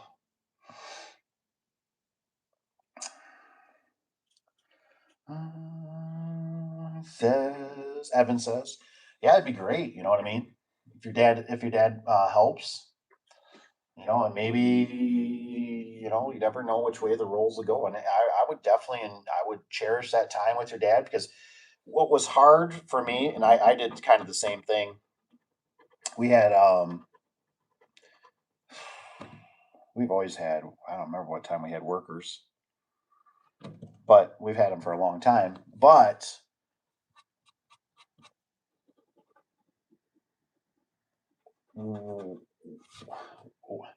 what I've kind of figured out, I never really quite understood it, but I understand it now. I had a guy that he was the one that passed away. He used to do garage doors too, but he'd always say, I just rather work by myself, you know. And I can see, so I don't mind working with people, but I like working with positive people. You know what I mean? Because people can really make your job very miserable if they're just, oh, this and the wife did this and the kid did this and oh, I got to go home tonight. I just hate my life. And it's like, okay, like, or like, let's just maybe not talk about that and let's just focus on the job. Well, this job really sucks. I'm hoping I can get out early today. And you're just like, problems after problems. So, but anyways, what I was trying to get at was that I was using my stepdad, and that was kind of a sad day. I remember he finally told me, and I could tell it was probably hurting him a little bit. And he told me, he said, hey, he goes, I can't work with you anymore. You know what I mean? Like, and I was like, man, I was like, I'm losing my wingman. You know what I mean? I was probably like something like from Top Gun, you know what I mean? Where I was just like, man, I'm losing my wingman. Like he's just there to push the buttons and he's there to like help lift a few sections he's getting old though. He's climbing up the lift, I can tell. But yeah, it was sad. You know what I mean? It was sad. It was just life took a hold. You know what I mean? Like the what's that song? Don't let the old man in or something. Just it just got there. You know what I mean? And so then I had to bring in like two more guys, and I had to hire in a couple other guys, and you just kind of riff raff through them, whatever you got to do, and it is what it is. And then you start learning to manage better, right? Like I was driving way too far and I was doing all these wild crazy things, and it was like then you start like when you start focusing on the numbers, you're like, man, those numbers aren't really making sense. Like I did all this work, I made all these sales, but where's the money? Well, you spent it in fuel, you spent it in maintenance, you spent it on labor, dang, what's going on? Well, geez, we go do a door for X amount of dollars, and you spend 2 hours in a truck driving one way, and you're still paying payroll, but you're getting only one door out of him. He's not doing two or three, where if he's in town, he could do two or three. Well, this ain't making much sense. So it's just, I guess I just put this stuff out there a little bit because the struggles are real. And if your business is growing and it feels like it's growing pretty rapidly, embrace it, enjoy it. Even Grant Cardone was saying about like you think about the hustle, the grind, and sometimes you kind of miss it. I do think it makes you better, but looking back, I wish I wouldn't have been so. I guess I wish I wasn't so fearful that I was going to be maybe not liked or not worthy. Like if I would have done stuff that was different, more different. You know what I mean? Like if I wouldn't have, like I put so much effort in that baby room, and for 5 years, for 4 or 5 years, I can't remember, the kids living basically sleeping with mom, nursing. You know what I mean? Like didn't even use the room. It's like just some toy stayed in there. And I was like, man, I was really like busting my grind on this because I thought I was going to be a loser amongst the family if the baby room's not done. And so just all these things. You know what I mean? Like you think because you get the truck, you look successful. You know what? And you look successful for one day for a family event. Who cares about the rest? Because at nighttime is when it really matters. When you got to lay with your better half, or you got to sit there and be losing sleep because you got all these bills you got to pay, and you know how you're going to pay them, and the economy went to crap, and or your insurance just doubled, or they like me, I didn't know, I turned my insurance off, I turned my insurance back on. Now they say, oh, same insurance, everything. We're not going to insure you. And I'm like, what do you mean you're not going to insure me? You're insuring the house for already, whatever, 3 years or 4 years, whatever. It's the same house. I just turned it back on a month later, and now you're telling me I got to get a new roof. What? I got to get a new roof. You know what I mean? And I've talked to some of the guys here, even. They're like, man, like, our insurance has gone up. I'm thinking about trying, but he's like, man, he goes, I know if I change my insurance, I'm sure they're going to call me out about something about my fascia or my roof. And I'm like, that's a scary thing to think about. Like, you're trapped. You're trapped. You know what I mean? That's the way it is. It's just that's what sucks. And that's why though. But like it's funny because when you think about with employers and business and stuff, it's like for me, it's like now I understand why that guy down in Florida. When I went down there when I was a young kid, and I'm like, he was doing like big hydraulic sliding doors, and they were doing stuff for Disneyland, and I'm like, so if like I want to come to Florida and like get a job, I'm like, I can start working here, like you hire me, and he's like, well, there's a couple criterias. He's like, you got to be married, you like got to have a house, you got to have a car payment or something, and I'm like what's wrong with this guy? And then now I'm like, now I see why, because I've had the young kids, right? And they don't show up sometimes. They don't have bills, they don't have kids, they don't have a car payment, they don't have a house payment. So you think about it on the other end, that's why they do it. That's why the government, that's why, like me, like, oh, I love when people, oh, they got bills. Oh, Oh, come work here. You got bills? You're going to show up every day. And I've actually seen it with one of the workers because I used to deal with him when he was young. And then now I've dealt with him in his older age. And he's changed. He's done that in the past. He's done that where he's done I'm not coming in today, don't need to really. You know what I mean? You can handle it. And it's like, dude, we need you. We're dying. And then now, oh, we got a wife. Oh, we got kids. And then now we got whatever, we got car payments, we got whatever, we got a house payment. It changes you. It changes you. Got responsibilities.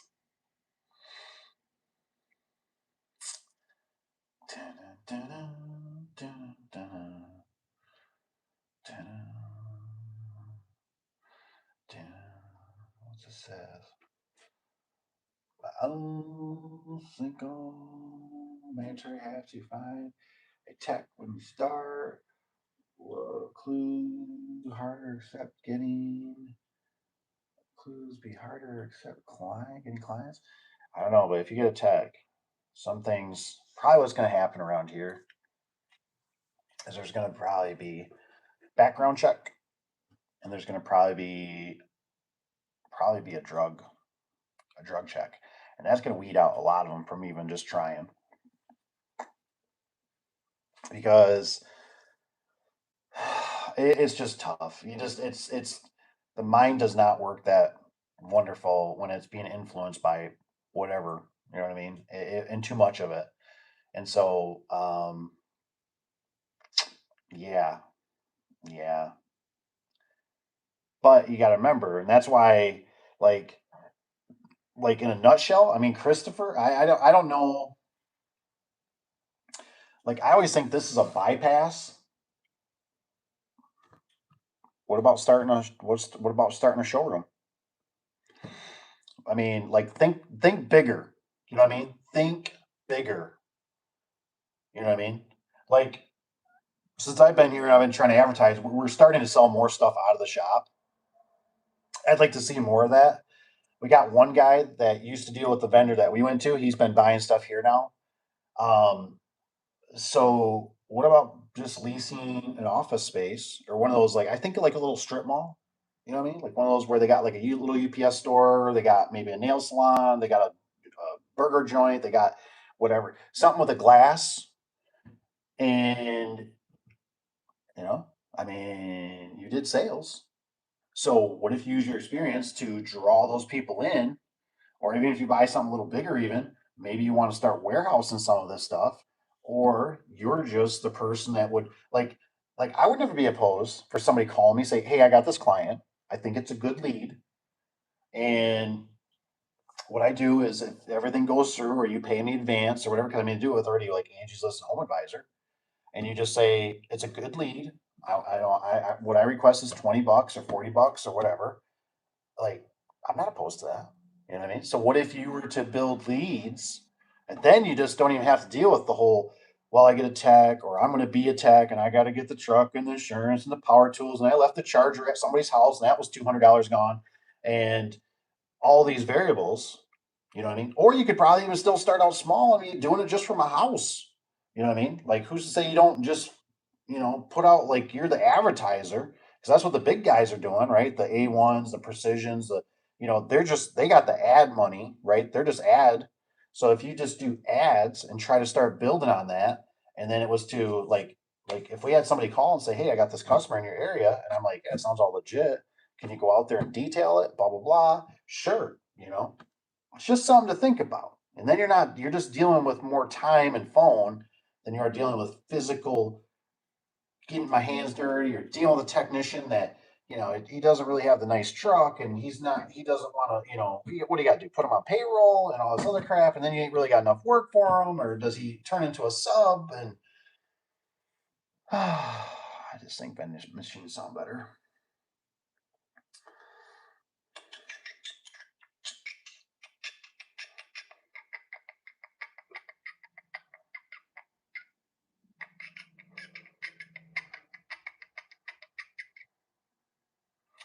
Make relationships.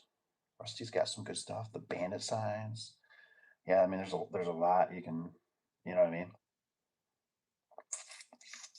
I mean, if we were probably smarter, like I said, whatever it was, I don't think it was last year. I think it was 2 years ago, maybe three. When we were so busy, we were sending all that residential. If we had a way and said, "Hey, dude, like if this job lands, or we could have probably used the secretaries and said, "Hey, how about we coordinate with each other? We'll have you go out there. You know what I mean? We'll do the whole job. We'll pay for it. You guys just provide us a labor."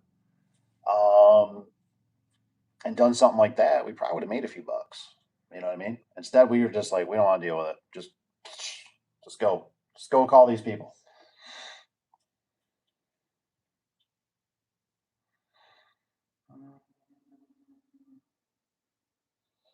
Yeah, that's true.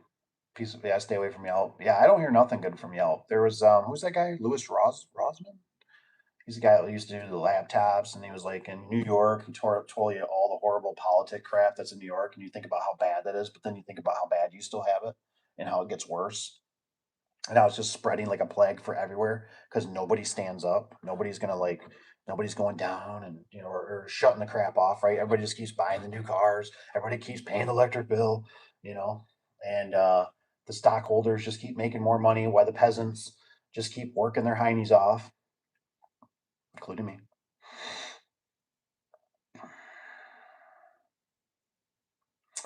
And process of switching from Yelp to Google. Google will probably be a lot better. Dun, dun.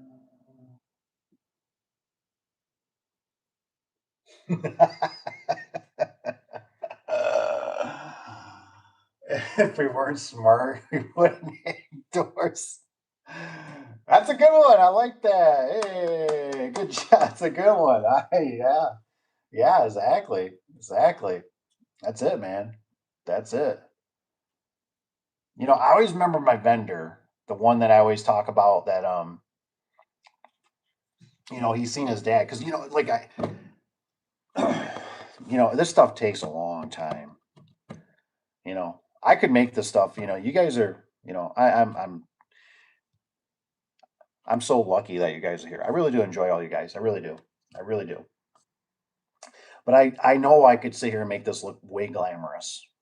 You know what I mean? I could really hype this up. Oh man, we're making so much. Got a building.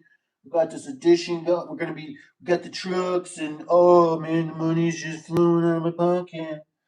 You know. But I like to keep it real. I like to tell you how it is. I like to, you know what I mean? Like there are a lot of challenges. It's not that easy.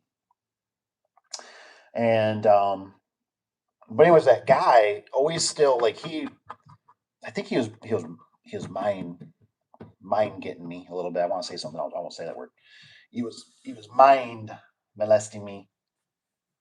But he was telling me, he goes, yeah, Dave, one day he says, you won't be coming here for doors anymore. And I'm like, no, like I really like you guys, and like I really like driving out here. And then as time evolved, I had kids and running more out of time. It's like this is bullcrap. I ain't got 45 minutes to drive one way to a vendor. This is like horse manure. I got to like find a better way. And then I get stuck in traffic, or there's a breakdown, or I get a flat tire, and I'm just like, or like the one time I remember, I'm driving out there in the Chevy Express van, right? And I'm just hauling butt, man. Oh, I gotta get going. I got another service call today. And all of a sudden I'm watching the alternator light do the I'm like, oh no, no, no, no. This is not a good time for the alternator to go out. And then I got to a certain point, I'm thinking, we're not gonna make it. We're not gonna make it. And I'm doing like the Mayday, Mayday, we're going down. I'm like calling the wife. I got her like on the headset. I'm like, I'm turning around, but I'm telling I got a problem. I might have Davey come hit me up. I still gotta go pick up an opener, and I still And then there was like nothing I could do. And then luckily the van broke down right in front of a restaurant. And I was like, you know what? I guess it's a sign from God. I was like, I guess I'm gonna go have myself lunch. Wasn't gonna have lunch today, but I guess I'm gonna. So went and had lunch, and she still wasn't there yet because she was busy doing other stuff. I drove it another couple more miles, and then it puked out again because the battery puked out more. And she brought the battery charger or whatever generator. And then I got back to the shop, and then I had to figure out now what do I do? How do I get this thing towed? How do I get it fixed? Do I fix it? I don't got time to fix it. I got to get to the mechanics. But anyways, that vendor, he was like, well, Dave, you make more money on the door installing it than I make off selling it. Right. But that guy sells probably 50 to 100 doors a day, and he sells openers like crazy. You know what I mean? I can't install 100 doors or 50 doors a day. You know what I mean? So yeah, he's not making a big chunk, but he's selling these things, these products, and then he's not dealing with all this, like, this stuff is being dispersed out. And then you think about it, it's like, where everything we touch, right? Like, now that we just did the iron ore door, now it has damage, and now we got to go back and do sections. Well, who's paying for that? Well, we're going to eat it, you know. And we got to go. And the weather seal's all damaged. So the back door's still not finished. Who's going to eat that? Well, we got to go back and do labor, you know. So there's some beauty into pawning it off, I guess is what I'm trying to say.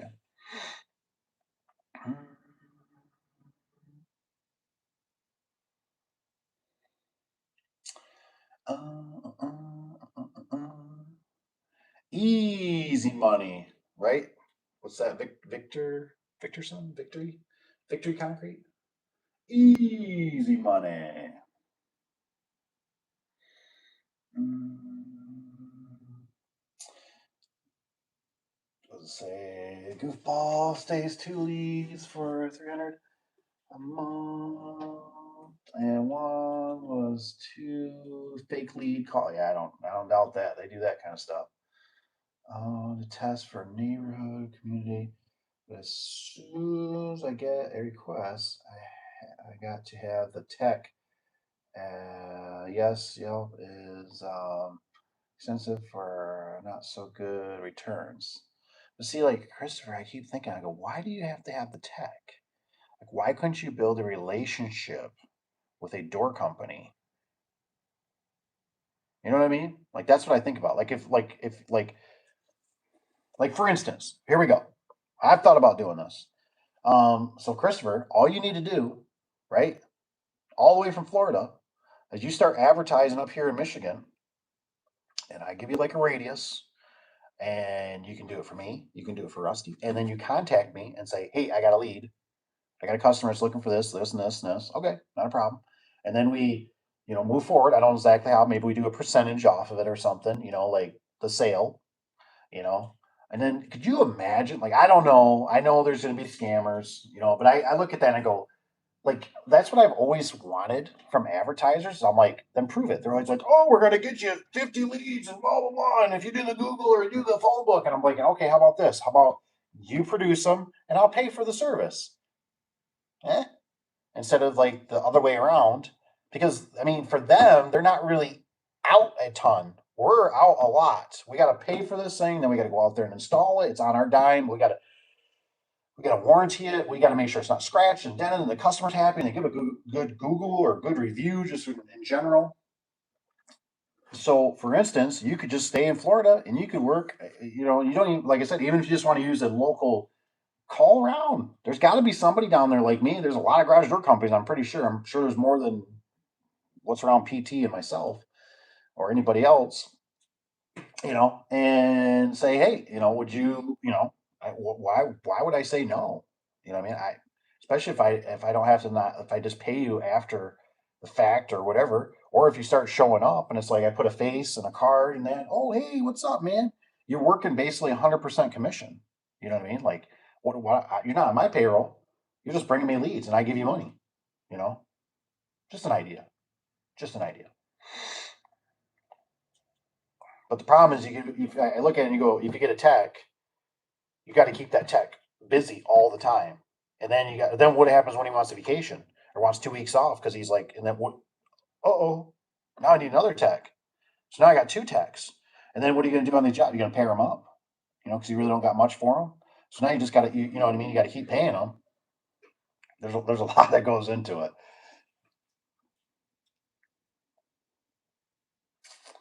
I still like that. If we were smarter, we wouldn't hang doors. That's a good one. And the worst part is, what I look at it like when you're testing, I've done this on Facebook. You always have an out. You know what I mean? You can put whatever you want, and you just be polite about it, right? And just say, "Oh, you know what? Geez, it just sold. I'm so sorry." You know what I mean? Or maybe they ask about something else. Well, we do. I could get you a price on that if I'd have to order it. But, and I'm working with, I don't know why it's blowing up right now, but I'm probably getting at least right around about five a day. I'm getting that questions or this, or you do this or do that. I don't know why.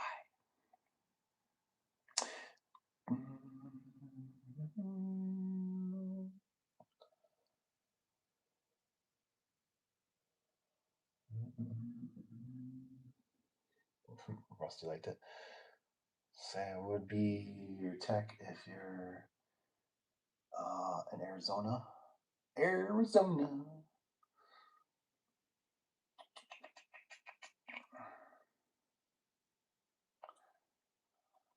I missed something. I was gonna say it'd be your tech. Tanner says, I don't know, I would trade it for the world pretty much. Done since I was 18. The business. Good.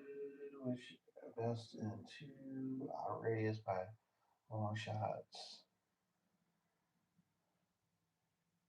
I'd subcontract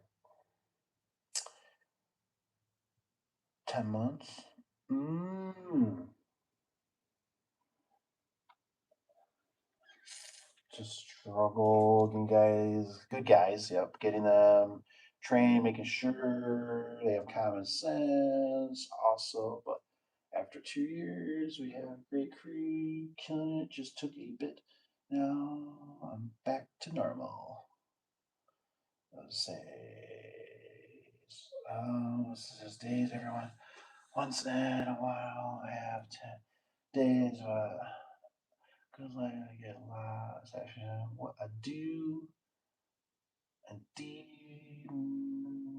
never hire, and I'm not per se intentionally friends. See, not that it's better there, but saw a lot of people there.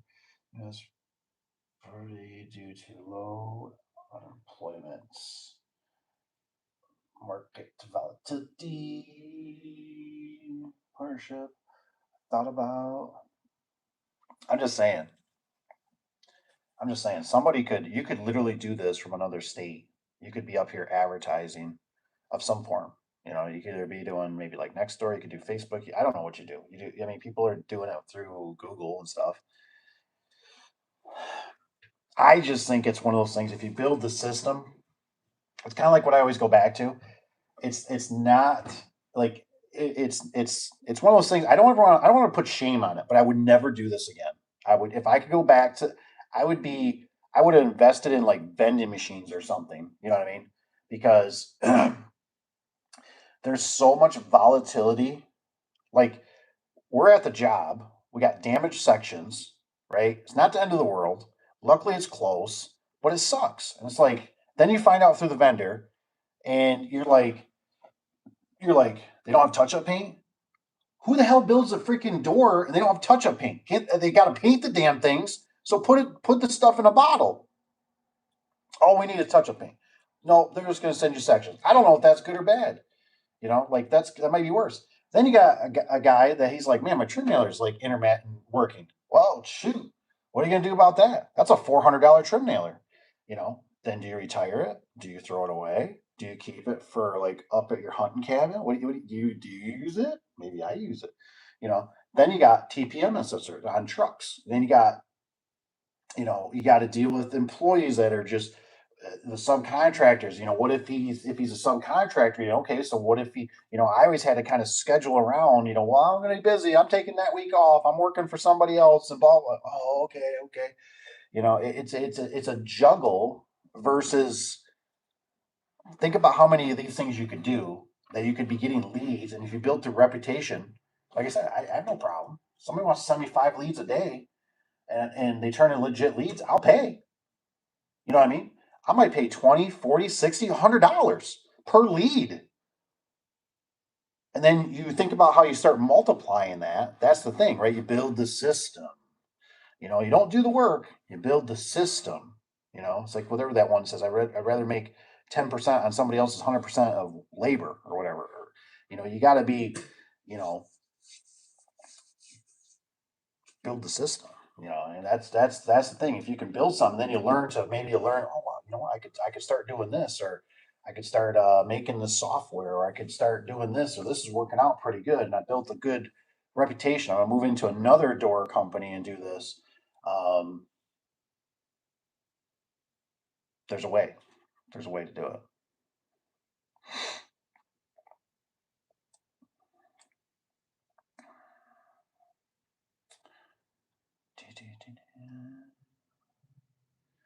Let's just say.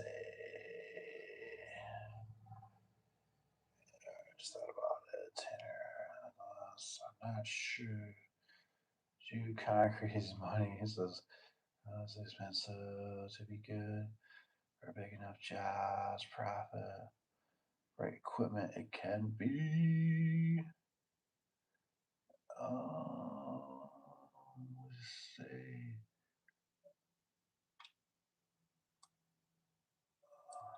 Let's see what happened here. Things jumping around on me. I'm sorry. Oh, I train myself. Time off. Backbreaking weather. Gone. Concrete long days. True. Plan your training with him if you see time off, sick, vacation. Yeah, just do your research and background check references, check history. We'll go through fives, find a good one. That's true. Anybody? Harmon sectionals? No, I figured I might talk to them a little bit. I seen, was it Marantech or Horman? I don't know. One of them wanted me to come over to their booth at the IDA, but I feel like Horman is still kind of there with like Amar, how Amar used to be with those weird hinges. I just threw a whole 5 gallon bucket of Amar, those crazy weird hinges that pivoted in, and Horman's got like the same like ordeal. You know what I mean? With some of their like I don't know. They're not bad, but I can't like. It just feels like we way over engineered this. You know what I mean? To some degree, is what I feel like for some of the stuff.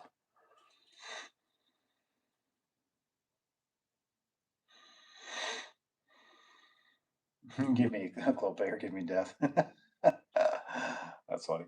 We used to do Horman and they're okay, very Fisher Price.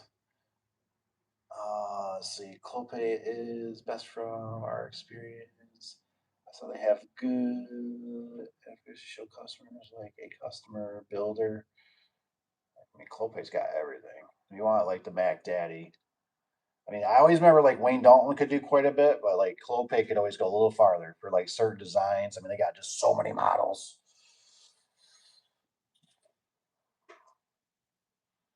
and options. Yeah, yeah. Clope is really good for that. Like unfortunately for our demographic, Clope is not really the best. You know what I mean? Because we just deal with the lumberyard stuff in a sense. Ranch, some windows. There's not too much of the high end stuff. That market that we were in with that iron, we need to focus in that area because that is more of an upper area. Um,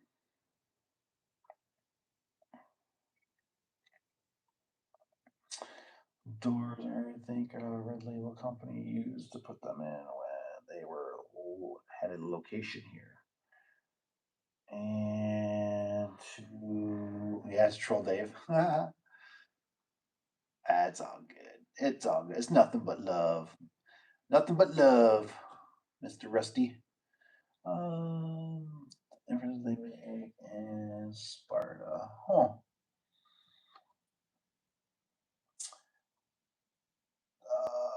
Preference for new doors?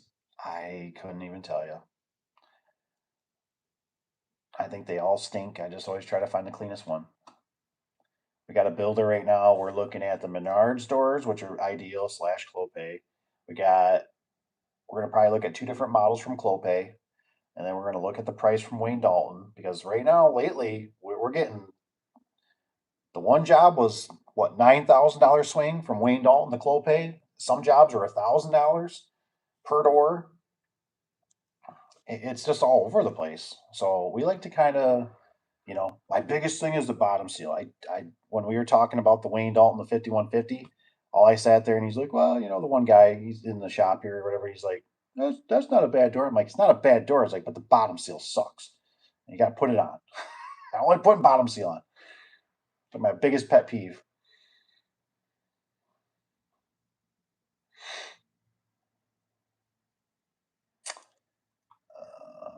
Let's see here. What's he got? Troll. Clopay's good door. I would say best. They have a million options, but also kind of cheap in some ways. The bigger doors. I was giving Rusty some crap because Clopay, their end caps are not lining up worth a hoot. So like the one I did, I literally put the screws in it and buckled the end cap, and I'm like, what the? I didn't even notice it. It wasn't a big buckle, but the other guy, that's probably more seasoned, he's looking across and he's like, what's wrong with your end cap? And I'm like, what? I'm like, I don't know. And I'm like, oh crap, it's got this buckle in it.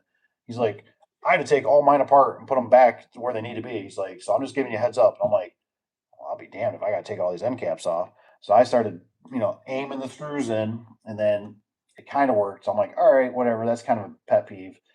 The damage on the door, it happens to all of them. You know what I mean? It's like I don't think that's probably too big of a deal. I don't know. I just felt like the fit and finish was questionable for such a kind of a higher end door.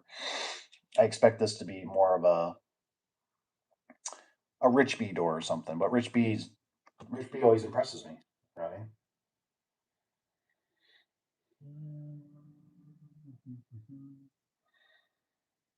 I've never dealt with really CHI. I've done CHI, but never dealt with them enough. To get back to leasing real quick, did you guys get your license immediately, or did you have some years of practice to apply to the state? Um, there's not like really a lot for like training. It's just either like, you know, I just say go do it. Just go do it and ask for forgiveness. The rest of it is, be smart. Just, you know what I mean? If you're just selling stuff, just say you're selling stuff. You're selling stuff. I just sell hinges out my back door. Don't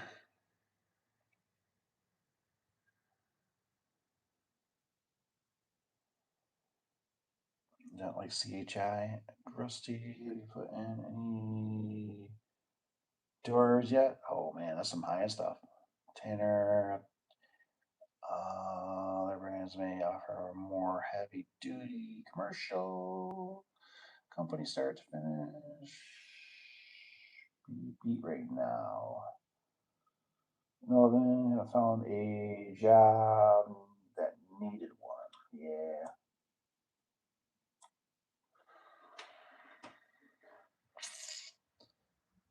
What is this? How does this thing jump like this? Scorpius track. It's ATL. Yeah, I don't know. What is that? Yeah, ATL. Arrow True Line. Hmm.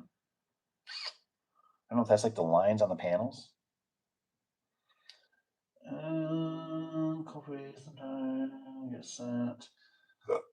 Moments are most of the time pre-drilled holes don't line up. Yeah, it's always kind of irritating. Is trash we don't can be trash. They have some nice doors. Not much to choose from. No, not sure. Haven't installed stage constantly until one here. Then when absolutely to door guy. Over did not enjoy installing them. Wayne Dalton could be nice. The factor didn't 80, yeah. Product. I like the welded track fixing shit is no fun with. Oh yeah, with the one, yeah, one drill bit. Mm-hmm. Wayne Dalton used to be notorious. They'd always forget the flags. Their boxes. Like I don't really, I barely ever check the Rich B doors. But Wayne Dalton, oh man, it's like rip the box open. Let's go through it. You know what I mean? Because it's that one they always get you. They always get you.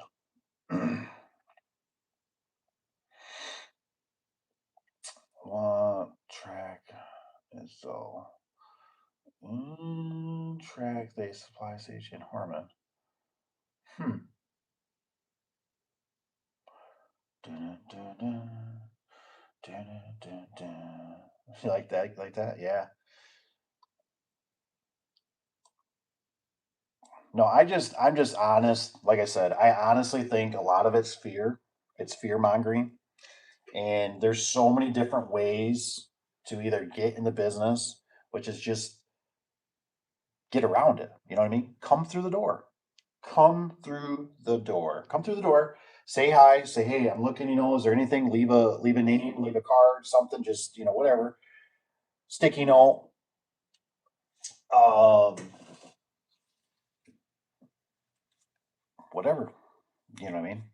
You could start. It doesn't mean nothing. Who say you can't start a business?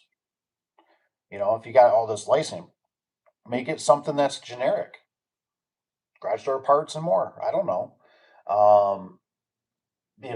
And you just eventually work your way into it. But at least if you got the name or you need it for somebody to write you a check, even though you can have people write you checks personally, you can still drive around in white trucks. As far as I know, I don't think it's illegal. You can still drive around in white vans. You just can't have.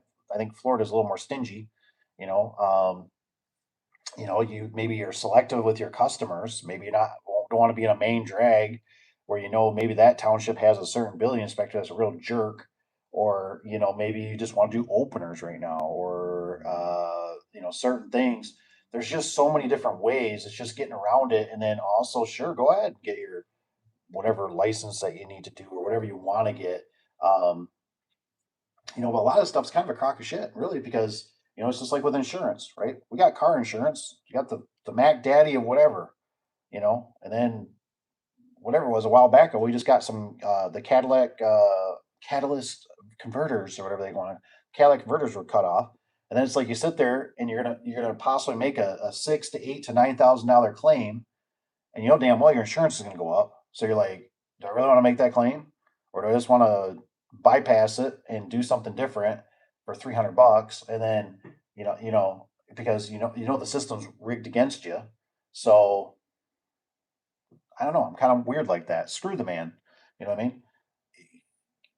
We we really weren't put on here this earth when everything is basically should be free to some extent, and we have to pay for everything. We have to it's not right that when you pay off your house, it's not right that if you guys out there have grandparents or parents or yourself pay off your damn house, it's not your damn house.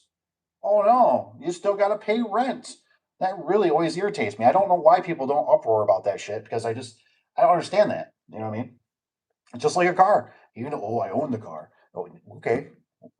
Well, you gotta put tabs on it. I gotta let them know where you registered it. Whatever. Oh, we gotta have insurance. Why isn't it a choice? Why isn't it a choice? That's your choice. Whatever. Maybe something cheaper. I could see maybe about bodily injury or something. I don't know, but just they just got so much. All you are is just that's why the Matrix. Anybody watch the Matrix? Anybody here watch the Matrix? You're a battery cell. That's all we are. We're a battery cell. We're here to build the bridges. We're here to put up the towers. We're here to build the roads until they need us for their little political whatever's going on. And then they put us in the front lines, but it won't be any of their kids. You know what I mean? It'll be your kids. It'll be us that go up there and have to take the one to the chin or whatever. You know what I mean? And then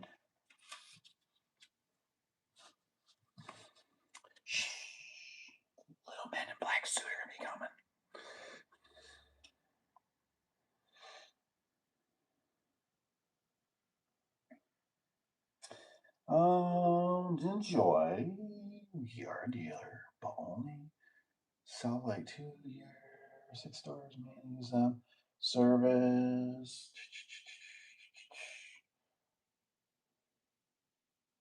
Wayne Dalton's our Wayne Dalton's kind of going down a little bit. I can't believe we can't get weather seal. Like we ordered it.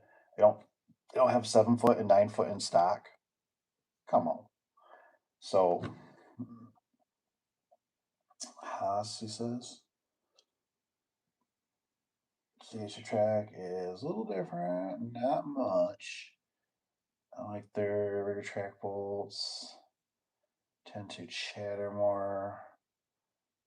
Oh, on the rollers. Interesting. What's kind of weird is I noticed with the Clope, it has something etched in now. So it says like I was looking at it, I was like, oh, it says left. Oh, good. You know what I mean? That's great for like a employee, you know what I mean? Well, what side does this go on? Because I always try to do the belly button. That's why I say, do your belly button. I'm like, look at where the slide lock is. The slide lock needs to be in this range. Not here up high. It needs to be down here in this range. That's how I always kind of tell them which track goes where, or sometimes the holes. But then like the Rich B ones, you can flip them. But I noticed with the Clope, it's actually got like a little etch into it, and it says left. And then I think that the horizontal said left too. And I was like, good. I was like, I guess I don't have to think today. I was like, it's a left hand, it's a left hand. And I thought, but when I first seen it, I was thinking, are they going to trick me? Are they tricking me? Is it going to be like the springs? It's backwards, isn't it? And I was like, no, it's left hand, left hand. Okay, perfect. Left hand standing outside or inside? Oh.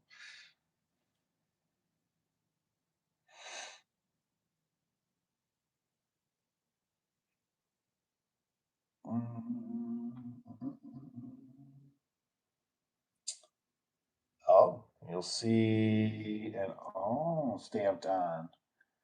If they do, I installed Clopay years ago, and I believe it was similar. Nice. That's interesting. That is interesting. Well, if you guys got anything else, we'll go to about 11:30. I didn't realize it was getting so late. Oof. Oh, it's been fun. Been good. You got me riled up pretty good. Good job. You guys did a really good job. Got me all jacked up, ready to go to the bar. Stand on a bar stool, start yelling. I'm joking. It's all good.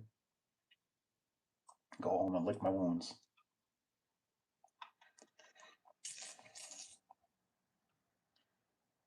A buddy has deal. One of the guys who came with company about around Paul ropes. He likes to hang full length of the rope. Oof. So they're like five. Oh my gosh, 5 to 6 feet.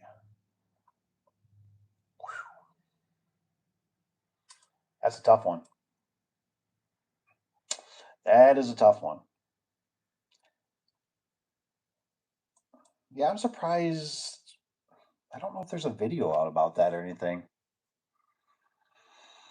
Hmm.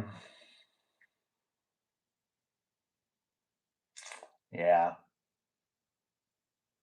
No, I'm with you. I'm with you. I learned my lesson. I remember the vendor I told you about that. He's seen his dad work all these years and killed himself, killed his body, and he didn't want to do that. So he built the business, and now he sells parts and all that, doors and all that. And he was the one. I remember he told me we were just talking about one day, and I was like, "Yeah, something about the pull cord." And he goes, "No lower than the header." And I was like, "Yeah, you know." And I never experienced it. I was just like, "Yeah, I kind of guess so." Because every once in a while, I'd have a customer for some reason they pull their car in or pull their car out, and I remember always hearing that noise. Right, it's a very distinctive noise, clink, clink, clink, clink. Right, that the plastic hitting their thing. Yeah, whatever. But that's kind of annoying. Why don't we shrink that for you? You know what I mean? But it wasn't too long after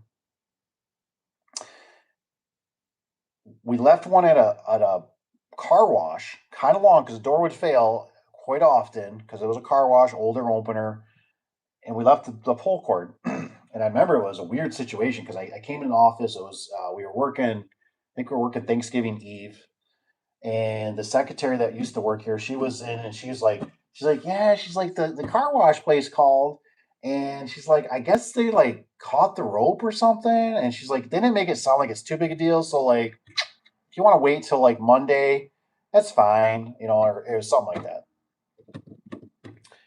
And I'm like, yeah, like they're a good customer. Probably should go up there and take a look, see what's going on. And of course, it was one of those jobs that's, 45, 50 minutes away. And I remember I get up there, and this is probably a 12 by 10 door, 12 by, and it's got like some high lift, and then, it curls back, whatever.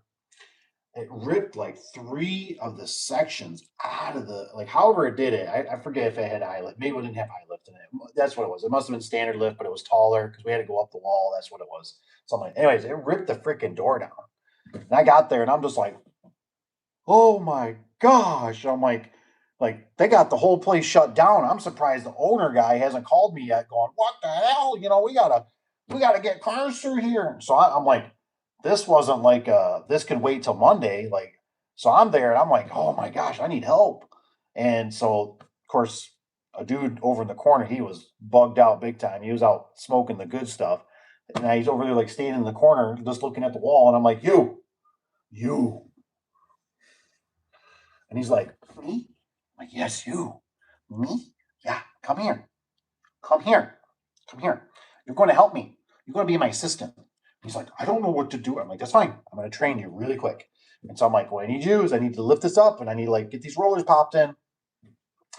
And so we got it working. But I remember that was they caught an SUV, the damn rope, and it ripped the door down a lot. And I was like, man, that's why that guy always said, no lower than the header. And I thought, because you know how it is when you put the cord, it's normally like in that zone where you're going to need a ladder anyways, for a short little lady or whatever. So sorry, buy a step stool. I don't know.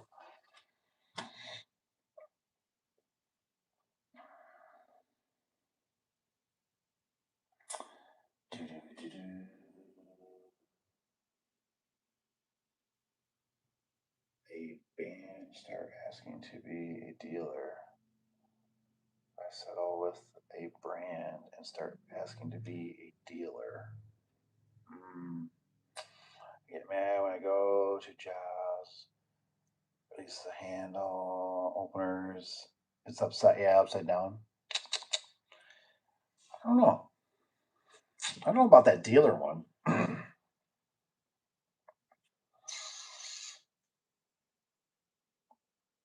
Normally, you just got to swing. Sometimes you just got to swing.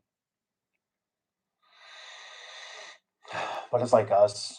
We're. It's gonna be interesting at the IDA because I'm wondering how many people are gonna be like trying to be like, yeah, man, like this is our regional guy, or if we even have a regional guy there, and it's gonna be like, we should like you should start using us, da, da, da, da, da, da, da.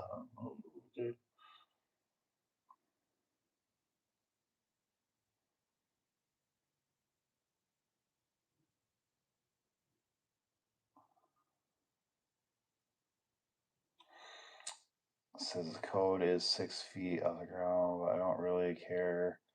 Never had someone call me and say it has to be, yeah, it's too high. That's true. I can't, yeah. Necessarily about brand, it's about who will give you the best price so you can make more money per job. Is that Rusty that said that? Rusty, you feeling okay? Shoot, man. I figured he'd be over there like, you gotta buy Clopay, man. You gotta get it shipped across, everything. Rip the trolley assembly. Oh, Alcott. Yeah, skidding. Ooh, skidding Vandor. Oh my gosh. For the pull. Oof. No code. I don't think there's a code for release ropes. Maybe, I don't know, I don't think so, but I'm with you. I'm like, man, you put it wherever you feel. Like now, if I know it's like a widow old lady and she's driving some little car, and you know damn well she's gonna live there till she's gone, and she ain't got long or whatever. I might put the rope down a little bit for her, you know.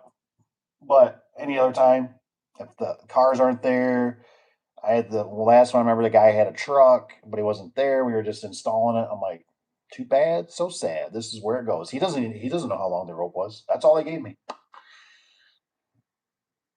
If they call back, which I don't think I've ever had anybody call me. I've had more calls with them not being able to get it to re-engage on the lift masters because they don't know they got to throw it forward to get it to click in than I ever had with like a pull cord issue where can you come back? I'll make our cord longer. I've never done that. Never. But I've had to engage openers a lot.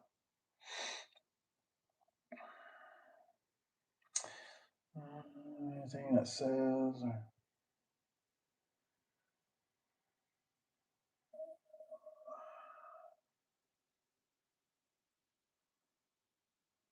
I'll try telling the other guy.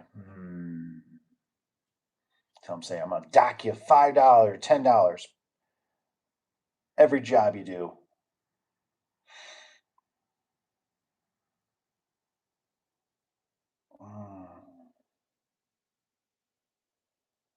Because that's how I do it. It's the right way. He was like, no. So I said, because it's how I do it.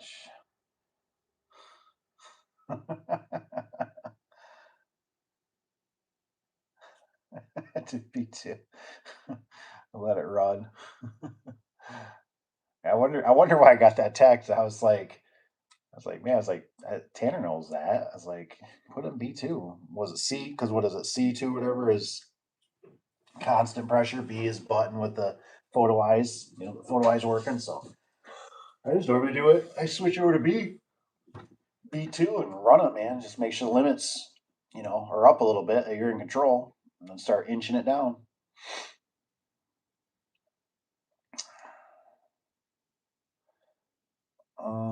Treat him well. I give him. Seems to take us for a VIP booth for all the games. Ooh, man, yours guys must. I don't ever get that from the vendors.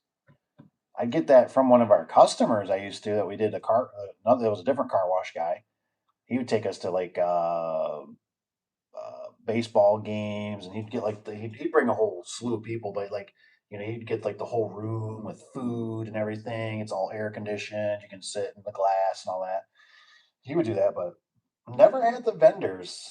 I don't know what it takes to get the vendors to kind of like that. I'd like to learn a little bit more. I was going to ask the secretary because I figure she actually probably knows because she used to deal with a lot more of that. But kind of how do the rebates work? Is it just on certain things? Is it across the board? Is it like a Menards rebate? You get rebates, 11% off rebate, and then you can just use it on whatever, or is it on certain models? When you get to be, I was really close to cresting it. I think it was through WD. And it was right about that time we just kind of were like, we were fighting product so badly that it was just like we're losing money. You know what I mean? Like we're losing money on this. This is horrible. Like screw this. We're done. We need to find a better vendor. So now the combination is typically it's WD, it's Clopay, it's Rich B. I don't think they've gotten much. We don't have a lot of Safeways, so normally we don't have to buy. We can still get Safeway. Amar, I haven't seen Amar around in quite a while. Horman, just wasn't a big Horman. It's kind of cumbersome to get them. The hinges and stuff are different. They got those huge profiles on their insulated doors that are just like supposed to be so it's pinch resistant. Um, just a different animal. It feels it's that German type. Like it feels wonky. But of course, what do we install? I think it was a Rich B, and I didn't forgot. I didn't pull the metal down. You know how you do like a vinyl back door? When you stack it, I could see a little bit of light through it, and I was like, ooh, I was like, need to pull that section down. bend that metal down a little bit. I didn't do that. I don't think the guy on mine. I don't think he had any insulation in there yet, so it's open rafters. But I was like, that's not good. That's why I don't know if I could ever do the TS 125s again, because like I found out they're so thin, the light just bounces through them. I remember when we did the one job and it was all no windows in there, and it's like as soon as the man door shut, we were all done. It's like it shut for because we were getting some stuff out of there, and it's like, oh my gosh, it's like all I could see was light coming through all the sections. I'm like, how am I supposed to explain this to the customer? Like, yeah, you got insulated doors, but you can see light, so you got it's winds coming through, And I'm just like, oh my gosh, what are we gonna do? This guy calls us out. I can't deny this. So I mean, right there, I could see where a Horman door would come in pretty handy with that huge ass steep in it. Your door sections, going over it, no lights bouncing through that.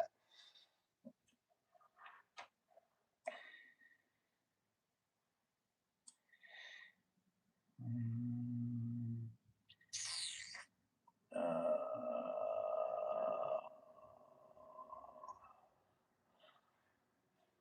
I don't sell enough. Let's see, but nobody really knows. Nobody talks to anybody on the rebate parts, huh? Anyone wants to get contact?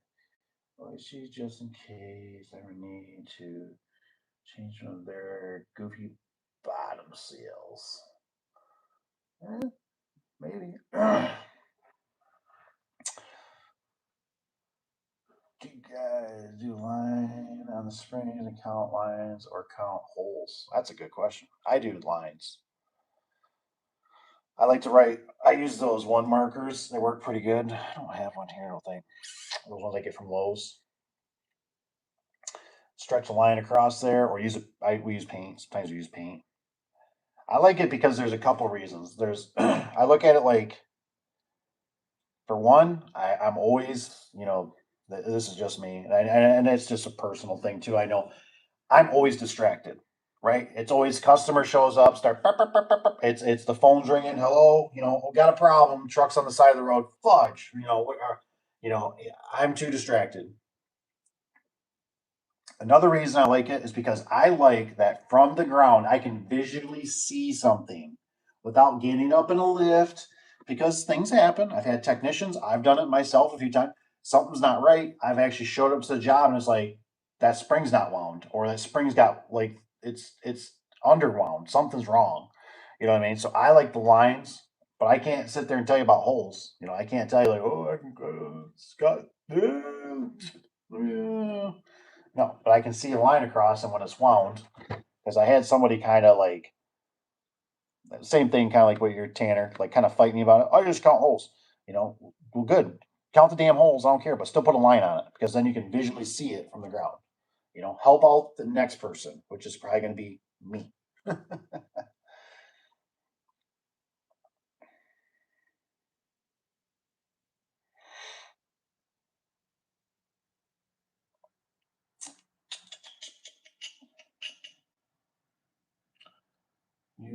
Use account terms. Oh yes, so yeah. My springs don't have lines. And I don't have caulk. You can use paint if it's not a real. Don't if it's white paint's the best. It looks nicer, and if you get a little white on a wall or something, normally houses are white, so white's not so bad. The garage door is white. I used to do like crazy stuff. I used to use like I'd like high vis stuff or something. I'd be like using like orange or something, and I found out like they like splatter, and I'm like, like it's on the wall, son of a gun, or it gets a drip or something on the door or something a little bit. Oh man, I got orange on the door. That's stupid. So get some white paint. All you just take some white paint, spray her down, go fast, and got yourself a nice little line.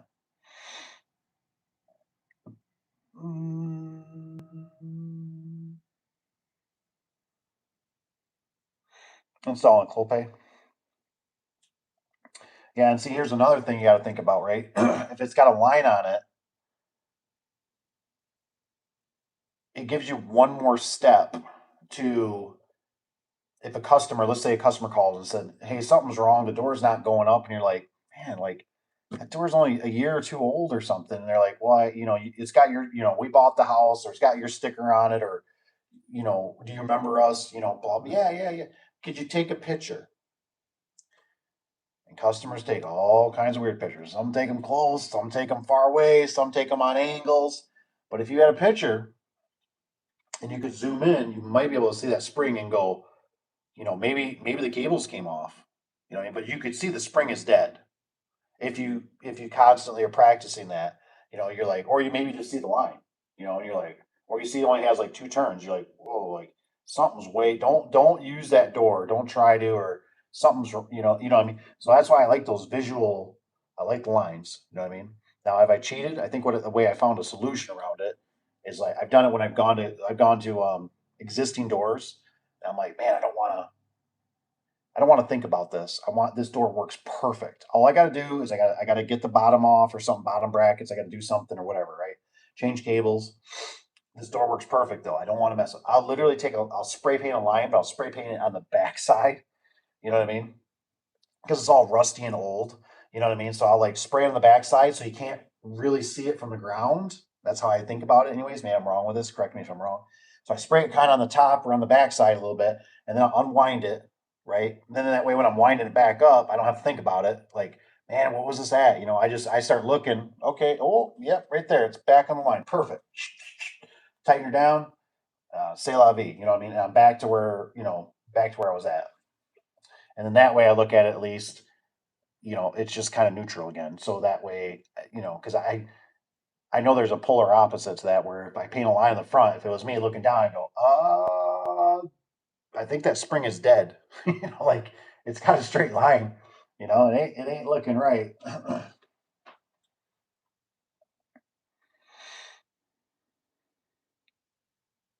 We count to 50. uh, crayon to be. Ooh, yeah, it needs to be industrial. What? What? Yeah. Said I can see what's on it and I don't have to keep track. Wind it, I can tell someone miscounted. Yeah, yeah. And here's another thing. What I've been noticing, for some reason, what I've been doing is, so we were just at this one job, and Caleb asked me, he goes, "How many turns?" And my smart ass wants to be a smart ass, and and I'm like, I want to be like, you don't know? How long you been working with me, man? Like it's a freaking residential door.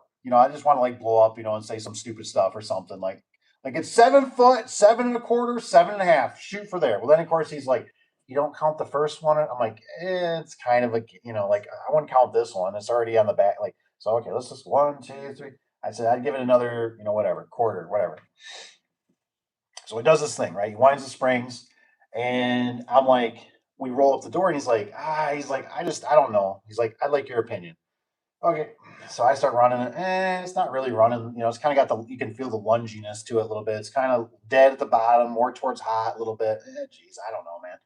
But what I like to do is when the door is open, right? I'll push the door open, and then I'll look at the springs. And so he's like, "What do you think?" I said, "I think we should put a little more on." He goes, "What, half on each side?" So now what I do is I look at the spring, right, when the spring is up, or when the door is up, and I'm looking at the like residential. I'm looking at the spring, and I go, "Put it on that side. That side is a little bit less. That one's not even got a turn on it right now, or half a turn. So I'd put it on your right side. Do the right side first." Another reason why we have lines. So it's a visual. I can see it now. I go, this one you just didn't wind. Put it on this side. Let's start here first, and then we'll put it on the other side if it still feels like it's needed. So that's why I would agree that lines are important.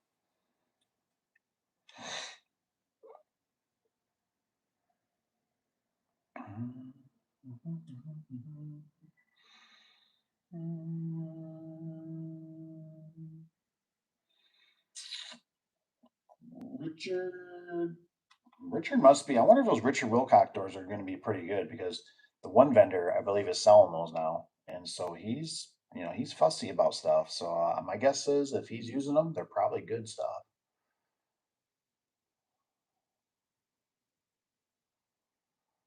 Mm, Get cables back on. Down line. Turn safety thing. Tell brute winder. It's a no-brainer. I've got a guy. So Saturn's ways counting holes.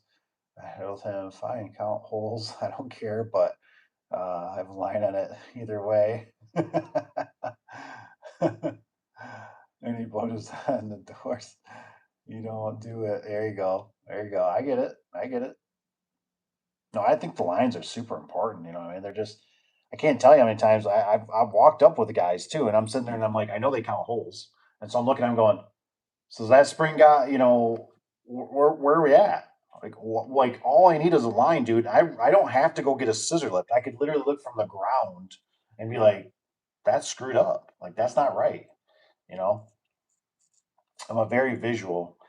Maybe it's because you know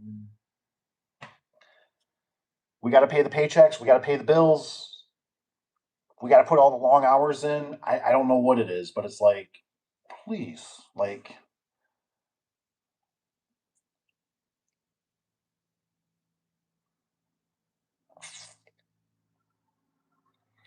Dee, dee, dee, dee, dee, dee.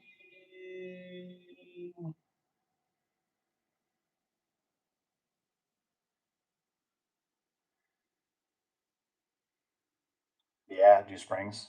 What you can start doing is we've been playing around. We do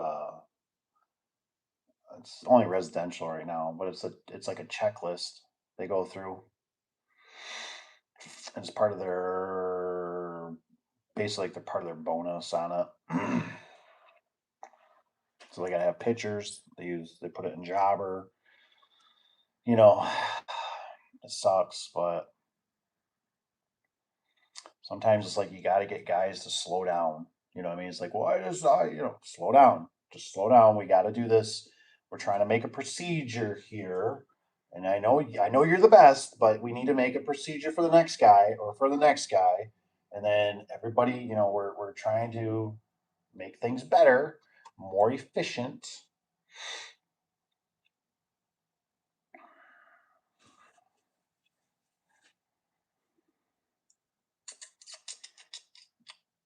What's that?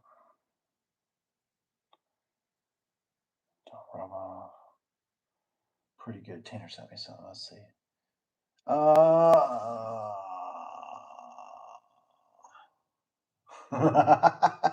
maybe I get some pants.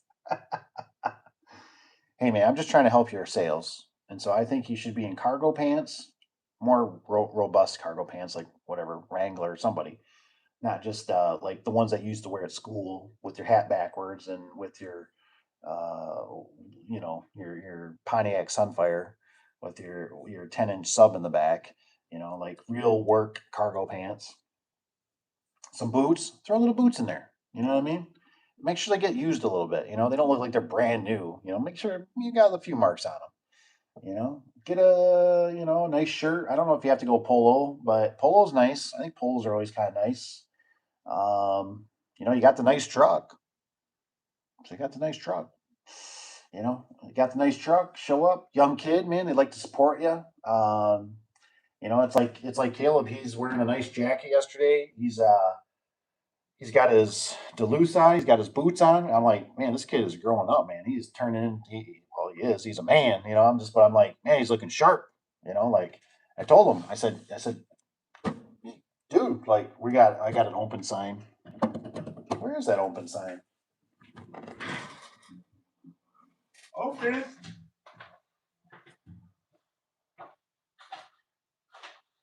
Oh, this guy for $35. It was $35 on Amazon.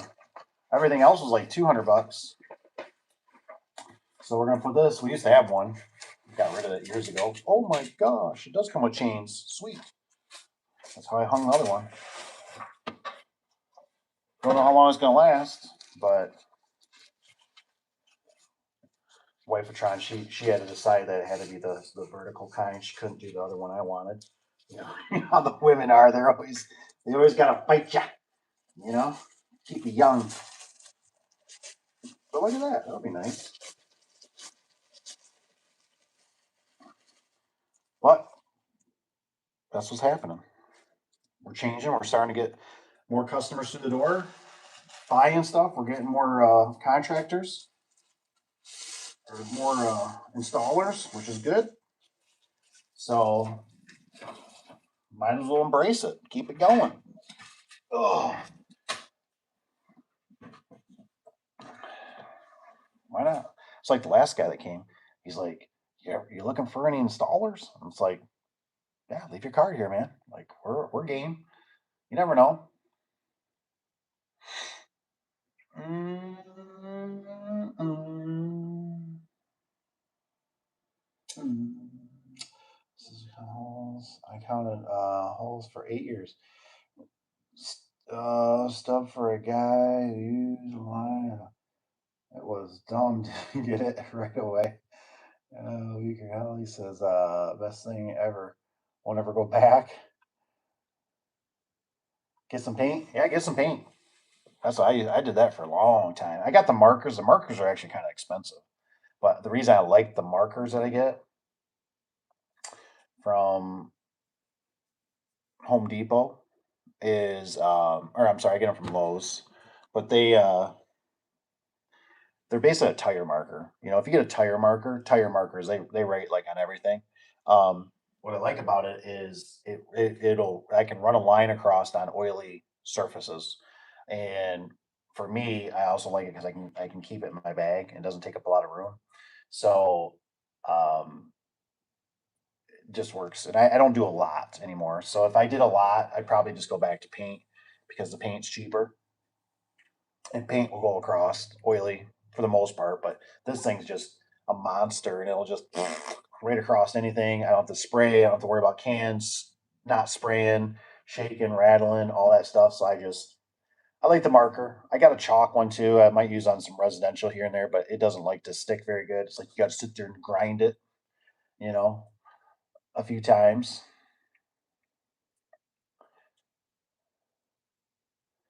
Oh, he said not pants. Get some pants. Get yourself some pants, paint, and get yourself some boots. At least for when you get the job. You know what I mean? After that, who cares? You show up in your skivvies. Who cares? You got the job. You got the half down check. You can shake your butt. Say, this is how I roll.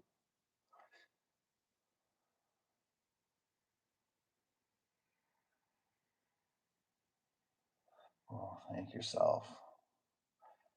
50 is pretty good. Excuse the other day on duplex. Oh man. 60. Oh my gosh. Yeah, no kidding, man. That's funny. Uh, ooh, some good markers. All right, nice, nice. Have to check them out. Maybe I have to give them a yank here.